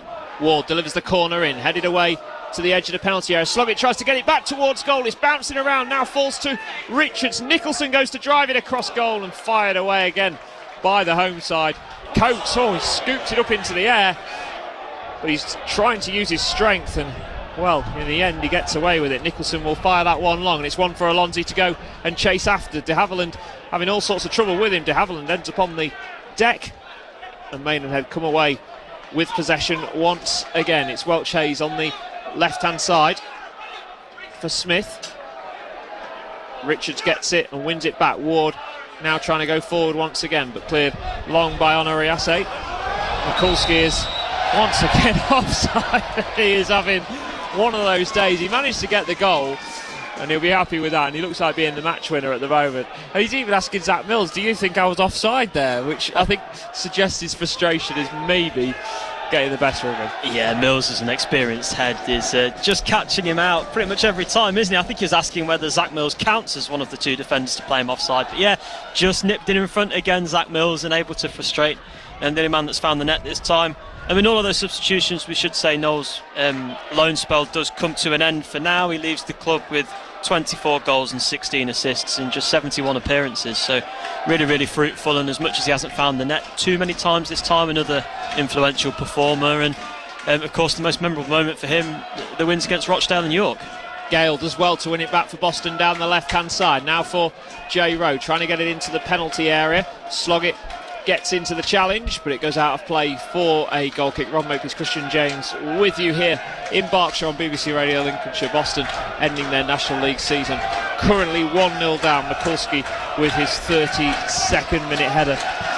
The difference between the two sides, though, the Boston fans, which we are surrounded by, we're here in the away end at Maidenhead, and they're making plenty of noise looking to get behind their side. Reminder, Boston still have the opportunity to bring on one more player. They've got goalkeeper Jake Lovelace and Adam Marriott and Tony Weston, the players who could come on for Boston. Cleared long by Maidenhead from the goal kick. Mikulski just uses his shoulder just to shimmy it into the midfield to Ferdinand, but Richards was there and goes back to his goalkeeper in Cameron Gregory. Delivers it long out towards the left-hand side to Jay Rowe, headed away by Clarima. Sloggett goes to play it forward once again. And again, it's Maidenhead who have possession of the ball. De Havilland, under a little bit of pressure, just lets it run for his goalkeeper, who fires it up and right in front of the Maidenhead dugout, where Alan Devonshire in his flat cap, as always, is there watching on. He's a wonderful non-league character, isn't he, Alan Devonshire? Over 800 games in charge. And here come Boston United. Alonzi trying to bulldoze his way through, can't quite do so. Richards picks it up edge of the penalty area. Now with Keaton Ward once again. Rowe goes on the overlap. Ward uses him as the decoy. Ward looking to play it across goal, and it's fired away by the Maidenhead defence and cleared further by Kiernan. Nicholson just has to cushion the long ball down and play it back for his goalkeeper Cameron Gregory, but much better that from Boston United. Yeah, nice bit of play, and with Gale and Alonzi now the forward options, you've got two physical, bustling forwards to aim for. Gale not quite able to get a touch at the near post there, but a nice move, and with Rowe cutting in onto his right foot, the opportunity to deliver from that angle that becomes a bit of a cross shot as well. Rowe has it down the left wing, he goes. It's just a heavy touch from Jay Rowe this time. Clarima deals with that one and then plays the 1-2 and gets the ball back and looks to clip it forward for Mikulski, but Nicholson will have it for Boston. Tries to play it forward, it's blocked. Nicholson feels it was a handball. The referee again not paying any attention to that, and there's a Brendan Kiernan who is down, and I think this is going to be the end of Kiernan's game. It looks like he's ripping the tape off his wrists, and I think he probably feels that his game is up. He's been helped back to his feet, but Maidenhead are readying the change here. They've not made any changes as of yet in their team, and it's going to be the number 25, Sam Barrett, a man who was here at the start of their National League journey, who's going to come on for the hosts for Kiernan, who went down innocuously, didn't he? Just on his own, really. Yeah, I didn't see any challenge or anything that's caused that. Quite close to the dugout, so if it is a time-wasting ploy, he could have done a better job of putting some distance between himself and his colleague there. A bit of statistical intrigue in that the man coming on here, Barrett, scored Maidenhead's first goal at this level. They drew 1-1 at Maidstone in August 2017, and he's going to be involved in what very much looks like, and the Boston fans are reminding them again, unlike Boston, it's going to be their last game at this level for at least a year. Scott heads it away for the Pilgrims. Ward can't quite flick it on. Richards loses out in the midfield to Honoriase, and he looks to play it forward out to the left-hand side, but it's a really over-hit pass. It was a forlorn run in the end by Reece Smith down this left-hand side, and it goes out of play from a goal kick. And having had the warmth of the sunshine for about 10 minutes, it now feels back like we're in mid-February. Yeah, it's a bit brisk, isn't it? Smith, the other goal scorer in the reverse fixture, he's been quite bright, but not able to really bring the ball under a spell and have a crack at Gregory's net there or on any other occasion. He is finding a bit of space in behind, but the ball was always going to run out there, and credit to him chasing the lost cause like we saw Gale do on a couple of occasions. Mills long ball forward, dealt with by the goalkeeper Howes. We are, let's say at the moment, 17 and a half minutes into this second 45. It is Wealdstone 3, Halifax 1. Halifax to just pull the goal back in that game.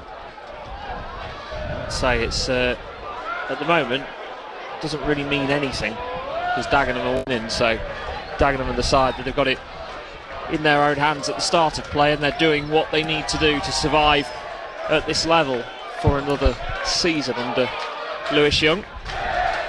Yeah, and with Oldham winning 1-0, it means that Halifax were potentially playing for the right to host that game. It looks like being Oldham against Halifax in the playoffs, and even if Halifax turn it around, they are going to finish below the Latics now, if that result stays as it is.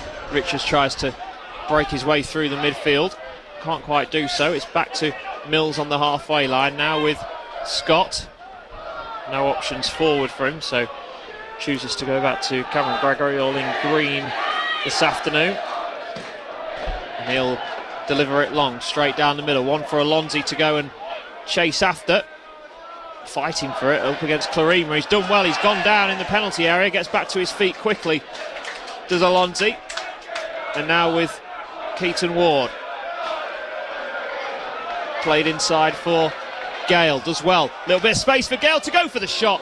Always going wide of the right-hand post of the Maidenhead goalkeeper, but decent effort that from James Gale, managed to work it well and gets a round of applause from the Boston management team. Yeah, and in the build-up there, Alonzi doing some really good work with his back to goal, just holding play up, clearly a strong forward, and it is him playing off de Havilland, the man that we've identified as the potential route in for Boston. He looks hungry, and the opportunity for him to notch a National League goal. He's jumped up from step 4 to step 1, returning to his parent club, and he's got a bit of time now just to carve a moment out for himself. Yeah, that opportunity next season is Scott. Oh, it's nearly a mistake at the back. Smith trying to get his way through. That is a penalty all day long, and the referee has given it, and Jacob Scott frustrated with himself there. It's just got the wrong side of Reece Smith and then just tapped his ankles. Smith has gone down. Scott gets a yellow card. He gets consoled by his captain, and it'll be a chance for Maidenhead here to double their lead. Yeah, it was the right decision, wasn't it? We saw Scott in the first half caught out and then got back in and produced a fantastic covering challenge. Unfortunately, on this time, he didn't quite have it in the locker to dig himself out of the trouble he'd created, and this is the chance for Maidenhead to put themselves 2-0 up. Futile, as we say, but finishing with the flourish. And Gregory, who saved so many penalties for Boston, not quite so much on this one, but the chance to add another moment to his record and his fine in the second half of the season. So it's Mikulski or Gregory who will be the one celebrating in the next 10 seconds. Referee blows on his whistle. It's going to be Mikulski who will step up, right-footed, straight down the middle. Second for him, second for Maidenhead.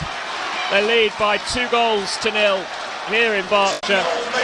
But it doesn't mean anything in terms of their survival hopes. They will still be heading down as things stand. It's them and Wealdstone going down to National League South and won't be opponents for Boston United next season. But Mikulski adding to his tally this campaign. Yeah, it's 15 for him now in the league.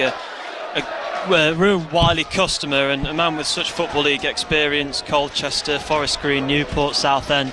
You would suggest, I don't know his contract situation, maybe not a man that will be playing here next season in regional football, but he's finishing with 2 goals if that's how he's finishing, and both fans with something to shout about. Maidenhead enjoying the fact they're winning a home game, which has been a rarity for them. Boston relishing in the fact that they are still staying up. We can't say it enough, and it's a smile on every face in this Pilgrim's End, but at the minute they are seeing their side second best on the occasion this afternoon. Coates plays it out for a Maidenhead throw on the halfway line for Welch Hayes. Ball played back to Welch Hayes by Smith, who won that penalty. Coates getting his body in the way just to see that one out for a Boston United throw, and then looks to throw it long for Gale. Can't quite win the header, goes out for another Boston United throw. Looks like Maidenhead maybe are readying another change or two in a moment. Again, another long throw from Coates. Wins Boston a throw in a good position, this for Brad Nicholson. It's almost American football, isn't it? They've advanced 10 yards on 2 occasions with the throw, and now they're sort of 1st and 10 looking for the penalty area here with Nicholson. Can really launch it forward. It lets Scott get up. Maybe he can score, having given away the penalty. Mills, of course, in there. Gale and Alonzi both threats as well. So there is more height than usual for Boston. Nicholson throws it in long towards the penalty spot, bouncing around in that penalty area. Somehow Maidenhead get it away. Falls for Richards, edge of the penalty area. Ward done really well. Ward breaks into the box, across the goal. Still not cleared away, right in front of the goalkeeper. And it goes out for a corner. Well, it had to be a corner because the tackle came in right underneath Jay Rowe and he was chopped down, but clearly the Maidenhead man had got the ball first. And the initial shot from Ward struck well, good save low by Howes, and as it came back into play, no one quite able to land on it of Boston persuasion, and it is a corner instead they can try and get one back from.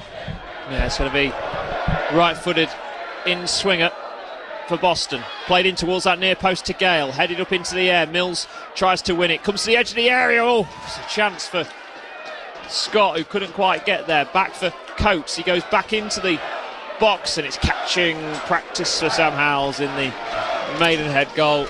And the only thing I fear for those Boston fans is they're going to get very wet, it feels, in the next 5 minutes or so, because the clouds have darkened around the ground.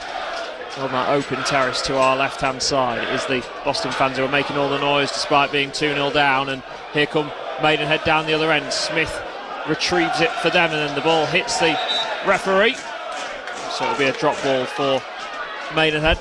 Yeah, a few savvy Pilgrims have just talked their way into this seating, which is undercover, quickly running out of space under here. And Joshua Johnson is going to be coming on for Maidenhead in place of Kane Ferdinand in the centre of midfield. So their second change of the afternoon. 2 goals from Sean Mikulski either side of half-time, the second from the penalty spot. Seeing their side in control at the moment. The ball is with Smith on the left-hand side. Played inside, Sloggett this time gets it away. Gets caught though as he's put the tackle in. Alonzi tries to go past his man, and then takes out Welch Hayes late there, and I think we could see Luca Alonzi enter the book, and he does. Yeah, I don't think there's any arguments for that one, is there? A quick run through the bigger picture in the National League. I say there's plenty of games, as we identified before kick-off, with not a great deal on them. Barnet are 3-0 up at Fylde, so it's going to be 102 points for the Bees. Aldershot are beating Yeovil, it's 1-1 Altrincham Tamworth. Braintree, who had very, very slim worries about relegation, they're 2-0 up at home to Rochdale, who have nothing to play for. York still 2-0 against Eastleigh. The big game at the top is Gateshead 0, Southend 0 with 20 minutes left. Hartlepool beating Forest Green. It's Oldham 1, Ebbsfleet 0. Dagenham still 1-0 up at Solihull with 20 left. Wealdstone 3-1 as we've touched on, and Sutton Woking a bit more local compared to some of those others. That one's 1-1. So as it stands, we are losing Maidenhead and Wealdstone, and Sutton clinging on to that last playoff space at Gateshead's expense with a goalless draw on Tyneside.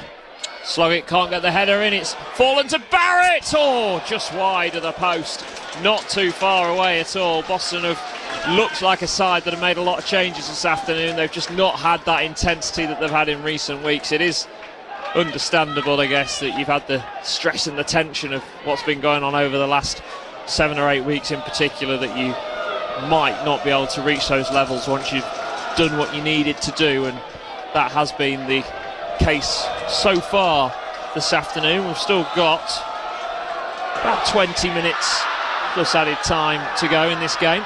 It's Maidenhead 2, Boston United 0. Mikulski flicks it on, Nicholson fires it away, Welch Hayes heads it forward and then gets the ball back off Ferguson, and then gets taken out by Gale this time. Just had a quick look just to make sure it wasn't Alonso again, and then Welch Hayes fires himself into James Gale for no apparent reason. It's been a bit of a mixed bag, hasn't it, this afternoon for Welch Hayes. He's looked bright going forward. There's been a couple of shaky moments at the back, particularly in the first half, and then involved in a couple of flashpoints trying to get Gale to join Alonso in the book. Referee not interested on that occasion, but yeah, he's caught the eye for positive and negative. Local interest, I suppose, in the Step 3 playoffs. Kettering have twice taken the lead. They're 2-1 up against Telford, and it's Worksop 2, Guiseley 0, both ex-Pilgrim Jordan Burrow.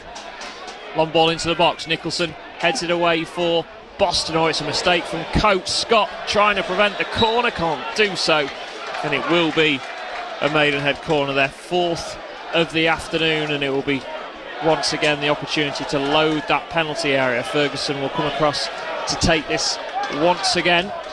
Smith available as the short option as Ferguson gets ready to take this throw, takes it corner, takes it short for Smith. It's worked to the edge of the penalty area now to Pettit, clipped into the penalty area, fired away by Gale, comes back out to Johnson, the second half substitute, out to the right hand side now to Barrett, left footed ball into the box. Gregory comes a long way and gathers it pretty comfortably, and looks to bowl it out to his left to Nicholson, then decides that's not the right thing to do, and it will be Gregory who will take this throw out to the left hand side to Nicholson, who gives it straight to Barrett, and it's a chance for Mikulski in on goal. Will he score his hat-trick? Mikulski puts it into the stand. Yeah, lax from Boston there. We've said it's after the Lord Mayor's show for them, and they'll be disappointed with how this afternoon's going. It's been quite loose at times, and again they're almost architects of their own downfall. Barrett not quite able to play Mikulski through as centrally as he'd have hoped, and with the angle narrowing, he went for the near post and fired it wide of that. So goal kick for Cameron Gregory to take. Goes long. Gale backing into de Havilland. Managed to get through him, but challenge comes in on Gale, and then again fired away by Pettit, as Scott just having to see this one out and does so. So he'll be looking to make amends for giving away that penalty for Boston United. It was one of the clearest you'd have seen all season, I think, as Mikulski and Mills battle once again. Mikulski gets the better of Mills but doesn't get the better of Sloggett, and then Richards back for J-Rowe. For Ward now, back to Brad Nicholson.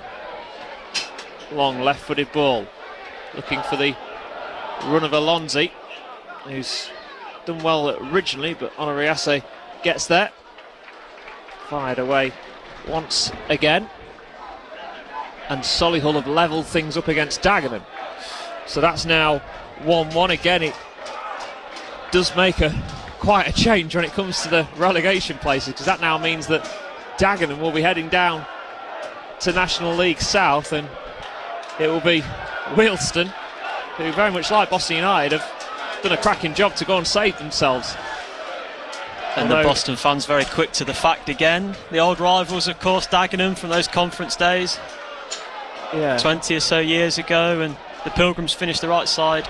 As Mills has to be careful against Mikulski, gets the better of Mills, then Gregory drops it. It's Mikulski, chance to score. Gregory comes in from behind and gathers it back. Well done, Cameron Gregory there, made up for his error. Sean Mikulski was dreaming of a hat-trick on final day, but doesn't get one. Yeah, Gregory did very, very well to come from behind and gather. It was one arm either side of Mikulski's shins, but the referee unmoved. Mikulski would have been thinking if he didn't just roll it in, he was going to get the chance from 12 yards to complete a hat-trick, but well recovered in the end. I think that's about as much as you can say about that, because it was very, very ugly in the build-up from a Boston point of view. Mikulski probably should have just rolled it into the open net. He took far too long, and not able to become the first man in nearly 4 years to score a hat-trick against Boston on that occasion. Nicholson, pass through to Keaton Ward. Now played through to the left-hand side to Alonzi, can't quite get there. Played back by Clarima to his goalkeeper.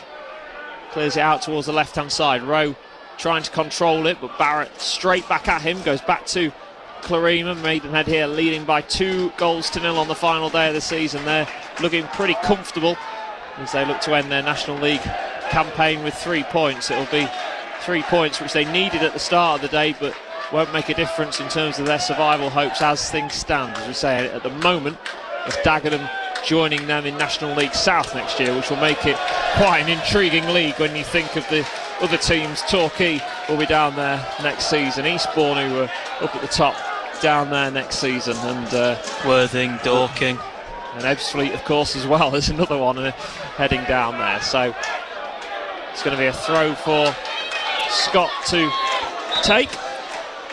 We should say for Maidenhead as well that Dagenham drawing still wouldn't be enough for them, even if Wealdstone were to drop points. They need Halifax to get level at currently 3-1 down at Wealdstone, and they would need a Solihull winner to save themselves. So we said at half-time they needed 5 goals. They still need 3.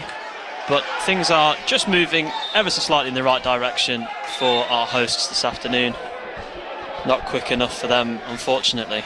Gale and Welch Hayes coming together. I think Gale had just slipped there and was just trying to say, I didn't mean to catch him, but referee just having a word with James Gale. Looks like we are going to see another change here, and I wonder if we're going to see Adam Marriott come on for Boston.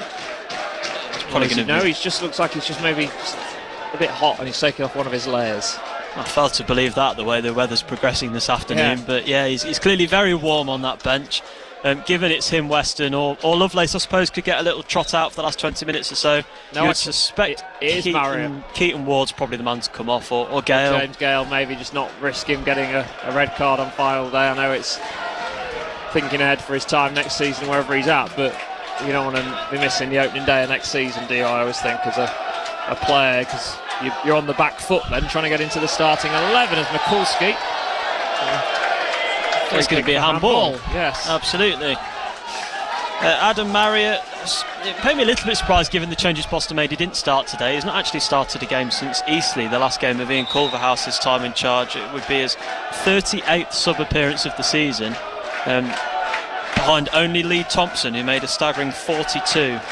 In terms of most sub-appearances for Boston, he's had his moments when he has come off the bench, and maybe he can find a couple of goals to cap his season off here. Nathan Ferguson, the first change though for Maidenhead. Tristan Abrahams, former Newport County man, is going to come on, and it is going to be James Gale who comes off, and Adam Marriott will make his way on for Boston United. We've got 10.5 minutes to play in this game. Maidenhead 2-0 up against Boston here. 2 goals from Sean Mikulski. James Gale making his frustrations quite clear that he felt he could still have an impact on this game with the manager, but that is his afternoon done. Just the 5th start of his Boston career, scored 3 goals and came on off the bench 17 times, and it was off the bench that his big moments came. His 3 goals, Aldershot, Sutton and Gateshead, all 2-1 winners. Ball with Adam Marriott, first touch for him to Richards on the right hand side, goes out for a Boston United throw, which will be played by Ward to Kieran Coates, going towards the byline, tries to get the cross into the box. Welch Hayes blocks it, Can Boston get themselves third corner of the game? Good work by Coates. He's just settled down, hasn't he? First appearance, returning after his loan spell. Wasn't quite able to end with a playoff push at Hereford, and we had a shaky start this afternoon, but he's settled down now, and good work from him going forward to give Ward the chance here with a corner. Yeah, it's going to be Keaton Ward who will play the ball into the box. Rowe heads it back across the penalty area. Now it's Maidenhead trying to clear it away. Richards to Ward on the right hand side. Back to Jordan Richards once again, out for a Boston United throw, which they play inside for Kieran Coates. Coates gets dispossessed but gets a free kick for his troubles on the centre circle. Can Boston finish the season with a flourish? That's the challenge, isn't it, as we enter the final few minutes of the season. Boston United are, as we say, safe and not worried really about the result, but work for them to do here to try and get back in this game. Ward delivers it long into the edge of the penalty area. Rowe can't quite win the header up against Barrett. Sloggett will win it back for Boston, back to goal out on the left wing, then delivers a right-footed ball into the box. Can't quite be won by Alonzi, and now with Welch Hayes on the left-hand side. Coates stops the ball going forward for Abrahams, who's not happy with that forward ball, and it will be a Maidenhead throw. Road is 3,017, 3017, including 850 visiting supporters. Thank you very much. So 3,017, the 850 from Boston, we've known about for a while, so quite quickly. And it takes Boston way above 6,000 total away following this season, which has been an excellent effort. As the shot from Barrett comes in, takes a nick off Richards, who just says to his goalkeeper Cameron Gregory, make sure you keep that one in play. And it'll be Gregory who will get ready to take this. As I say, there's a bumper crowd here at Maidenhead this afternoon. Yeah, Boston ends 6,350 away fans, an average of just over 270. Fantastic effort. Not so many new grounds next season, thankfully, staying up. But yeah, they've enjoyed the National League adventure all the way up and all the way down the country, which has been new. And it looks as though there won't be the opportunity to return here next season. No, as ball is cleared long. Out for a throw for Boston, to be taken by Brad Nicholson. No changes in the games that matter elsewhere, so it's on a knife edge at both ends of the table. A goal for Dagenham would save them at Willesden's expense, and Gates said no, they need a winner. They've known that all afternoon against Southend to make the playoffs. Nicholson, long throw into the penalty area. It's headed behind, and the goalkeeper scoops it away. Ward with the volley, headed off the line. Best chance for Boston United so far this afternoon, finally cleared away by Maidenhead. It was a good controlled volley that from Keaton Ward, but it was the clearance off the line. I think it might have been de Havilland in fact in the end who was back there to just head it away, otherwise that would have been a certain goal for Keaton Ward. Sloggett back into the edge of the penalty area, still with Boston and Keaton Ward trying to find a bit of space, but Maidenhead with a lot of players at the moment camped in front of the edge of the penalty area, but he's done well. Played across towards Alonzi, out to Jay Rowe now, trying to get into double figures this season. Goes out to the left-hand side, played back across goal, and somehow that's not gone into the back of the net. And that will be a goal kick in the end. Adam Marriott, I think, was the man closest to it. Didn't quite get the touch he wanted, and he's out of play for a goal kick. I think Marriott feels that came off Welch Hayes, and I'm agreeing with him, nearly an own goal. But the referee has given a goal kick. De Havilland's down and needing treatment. I'm sure this is the captain's influence, trying to calm the game down. I've been critical of him at times, but really intelligent positioning there with the goalkeeper laid prone out on the floor. He got himself on the line and headed away from Ward's volley. Ward not able to score his 14th goal in Boston colours. This, of course, appearance 101 after so memorably capping his 100th with the opener against Gateshead last weekend. 5.5 minutes to play. It is Maidenhead 2, Boston United 0. Mikulski's brace the difference, but as we say, as things stand, it's Dagenham who need a goal against Solihull or they will be relegated. Willesden are the team who will survive on final day as the long ball is played forward by Maidenhead. Cameron Gregory gathers elsewhere at the top end of the table at the moment. Gateshead Southend 0-0, which means Southend keep their spot in the playoffs. And Gateshead will just miss out, the side who obviously Boston secured survival against a week on Saturday. Ball is with Coates. Marriott gets clipped from behind. Boston get themselves a free kick. Yeah, on Gateshead it was 9 defeats in 11 leading into this. They've been the one that drops out. It's so often the case, one gets in and one gets out, and at the top end it looks like being Southend replacing Gateshead. At the bottom it looks like it's, well, you'd say Boston in the longer term. It looks like Wealdstone being the one that got out, and Dagenham has just slipped in at the wrong time. Despite that goal difference, it's just -1, but 52 points to Wealdstone's 53 at the minute. The Daggers need a winner at Damson Park. Well, de Havilland is coming off, and Alan Massey, another of their mainstays really. He's been and left the club in the period that Maidenhead have been in the National League, but started the National League adventure off, and he's come on. I imagine this is for maybe a final appearance at the club for the last 5 minutes. I can't imagine why you'd change your centre-half and your captain with 5 minutes to go, but as I say, it is final day of the season, and it seems like very little will be on this game in the end. It's going to be Ward with the free kick though from the right-hand side. Played in towards Marriott, flicked towards goal. Rowe tries to get there, still bouncing around. Cleared away by Massey. Nicholson gets it back to Coates on the halfway line. He goes all the way back for Cameron Gregory. Looks long towards Alonzi. Fired away by Welch Hayes this time. Richards wins the header in the midfield. Johnson, that was a handball surely. Referee obviously didn't see that as clear as we did up in the stand, as the ball out to the left hand side to Welch Hayes, just keeps it in play on the halfway line. 3 Boston players around him. He's managed to find a pass for Smith. Mikulski gets into the area, he wants a hat-trick. Smith going to go past Mills as Mills gets his body in the way, does very, very well.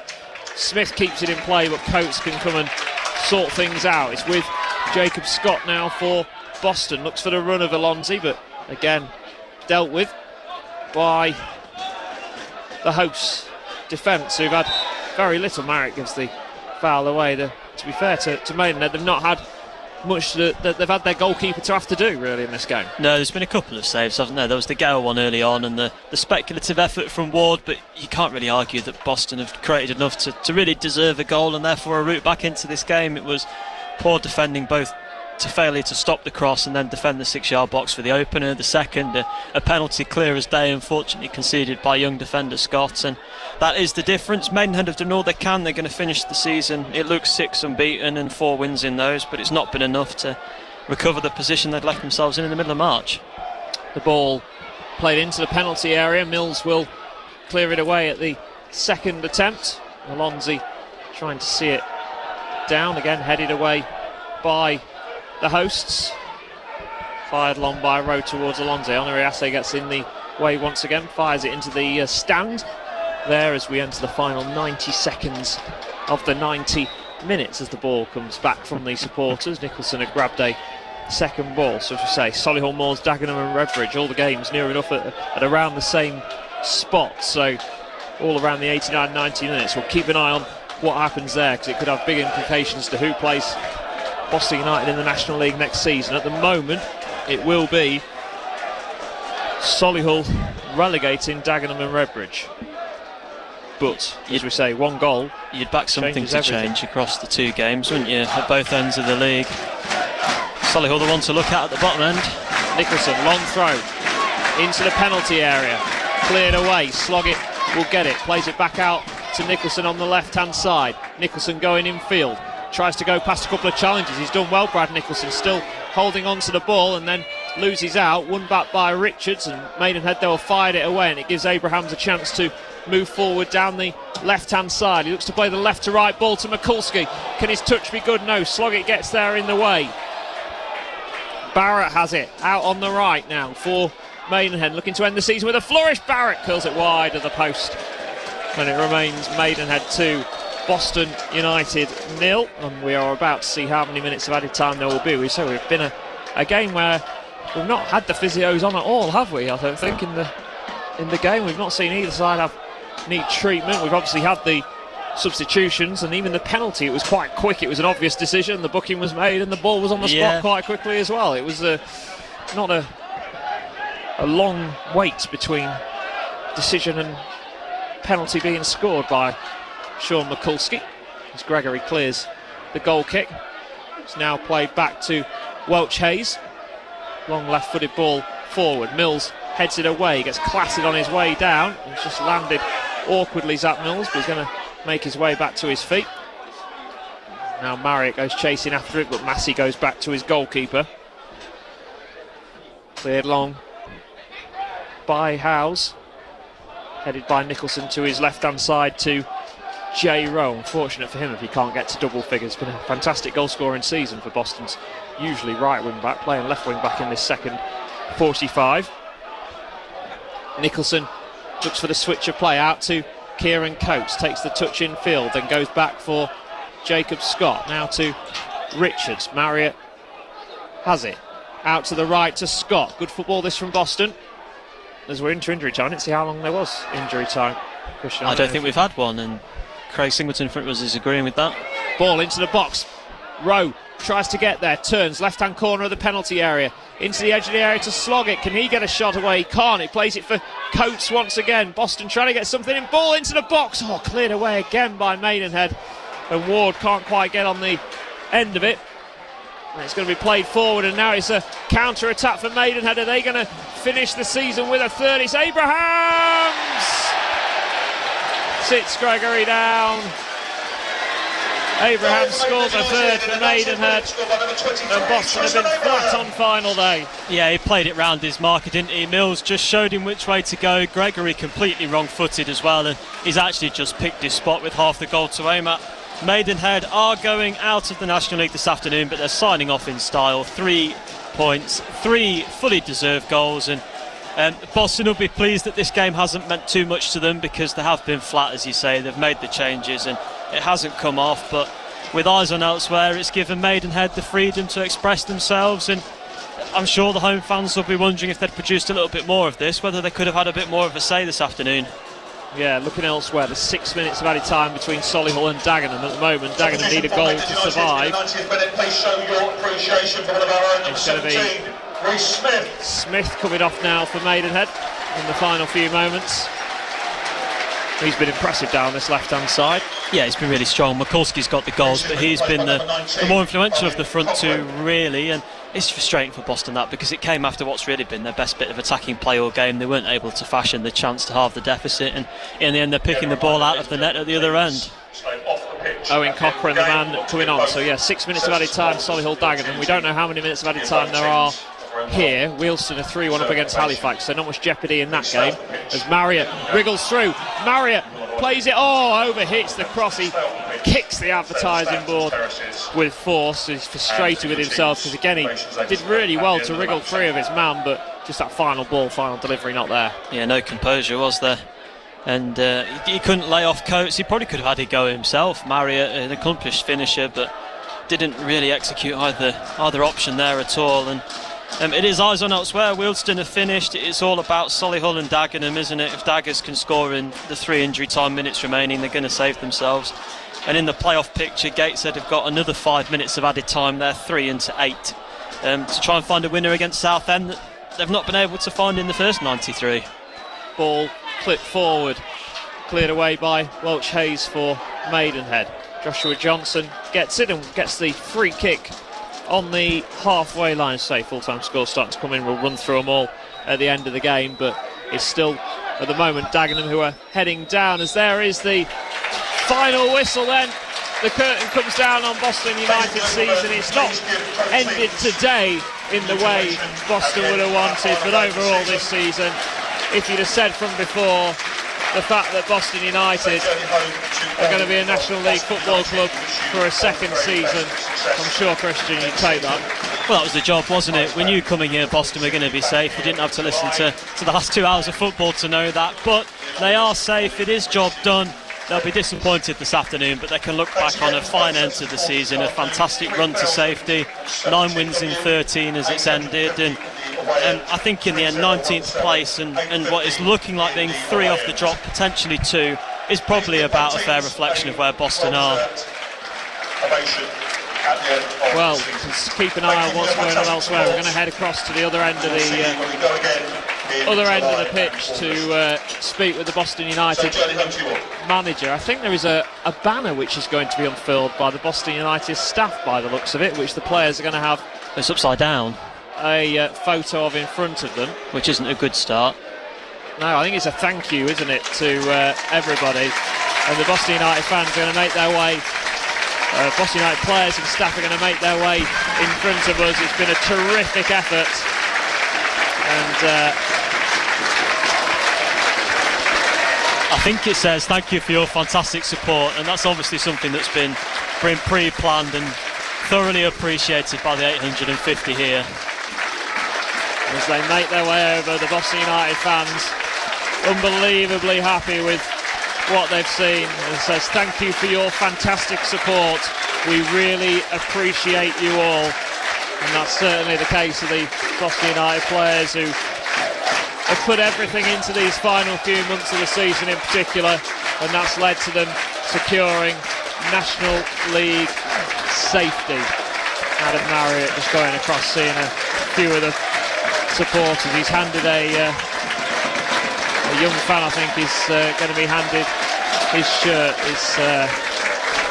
The Maidenhead players are over opposite to where we are, who are doing something very similar, just in a huddle, having a final team talk. They have been relegated today to National League South. Dylan Hill just going across and saying thank you, and I think a few more of the Boston fans now, Boston players now, are going to go across and just shake a few hands of the Boston United supporters. They've travelled in good numbers throughout the season. There's been record home crowds as well in the campaign, and Keaton Ward gets a big hug off one of the Boston fans as he hands his shirt to him.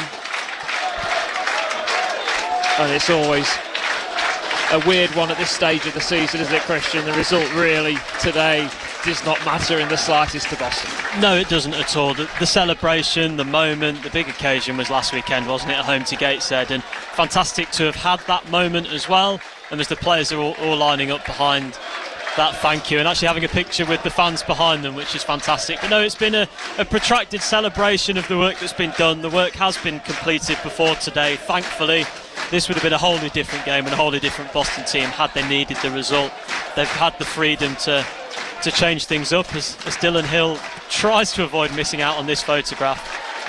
This summarises what it's been. It's been a united front, it's been a whole club effort, and quite rightly that's getting recognition in front of a sold-out Boston United away end that thought they were coming here needing a result. They didn't need a result, they haven't got one, and in the end it's not been enough for Maidenhead either. And the strange thing, and we'll talk more about it between 5 and 6, is we don't know how many players currently wearing black and amber will be at the football club on the first day of next season.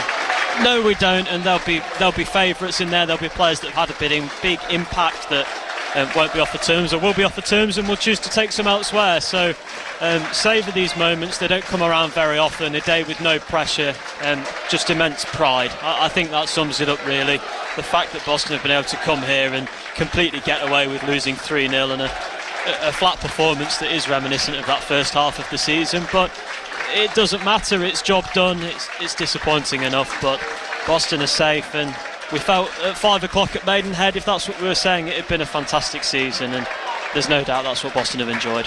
Right, the full-time scores are in across the country, so let's go through them before we get your headlines here on BBC Radio Lincolnshire. In the National League, it has finished Fylde 0, Barnet 3. Barnet ending their spell in the National League in comfortable fashion. Alowu, Shelton and Unlove with the goals. Fylde into National League North. Elsewhere, Aldershot beating Yeovil by 2-1. They've still got some excitement with the FA Trophy final on the horizon. It finished Altrincham 1, Tamworth 1. Crompton scoring for Tamworth to give them the lead.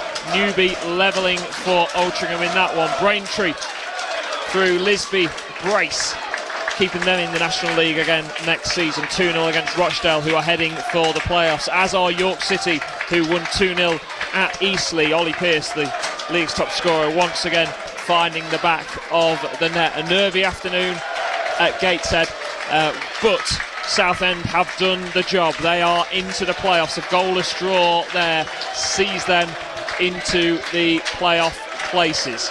It's finished Hartlepool 1, Forest Green 1. Christian Deutsch levelling in the 89th minute. Forest Green into the playoffs. Oldham beat Ebbsfleet by 2-0. Joe Garner with a brace in that one. It's Oldham in the playoffs.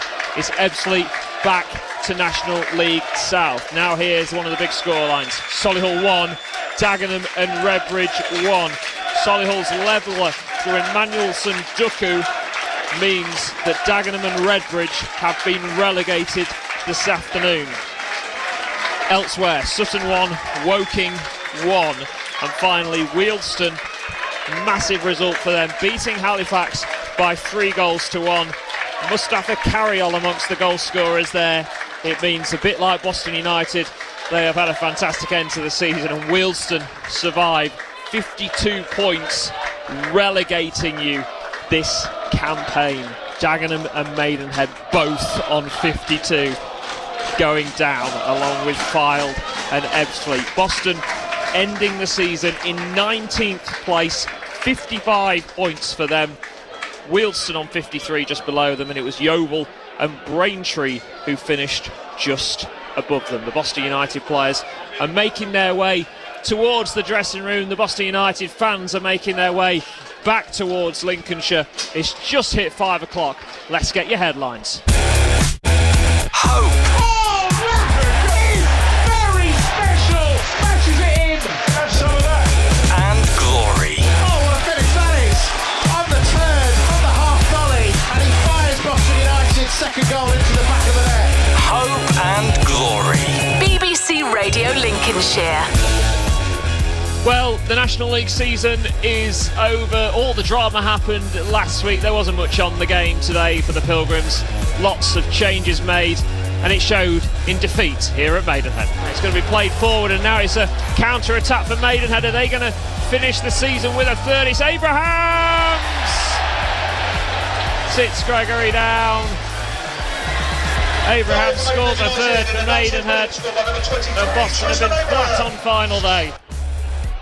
Yeah, 3-0 defeat here in Berkshire. Attention will now turn to which of those Boston United players will be here next campaign. We'll hear from manager Graham Coughlin. I'll hopefully catch up as well with the captain, I think, Zach Mills, as well as we end the season here on BBC Radio Lincolnshire. A reminder, elsewhere in the National League today, it was Southend United who in the end secured their place in the playoffs, and Dagenham along with Maidenhead have been relegated today. Reactions come between now and 6 here on Hope and Glory. Hope and glory.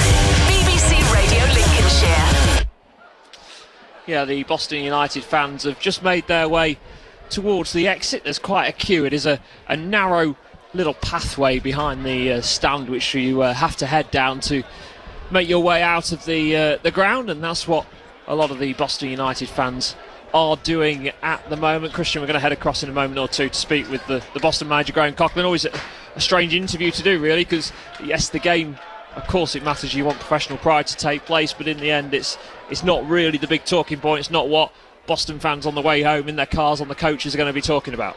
No, and I suspect you'll have to drag him away from that topic, really, because I'm sure he'll be really quite disappointed in what he's seen this afternoon. But he has offered opportunities out to players that, with the greatest respect, they wouldn't have been starting, or they wouldn't have been introduced quite so early had Boston been forced to get a result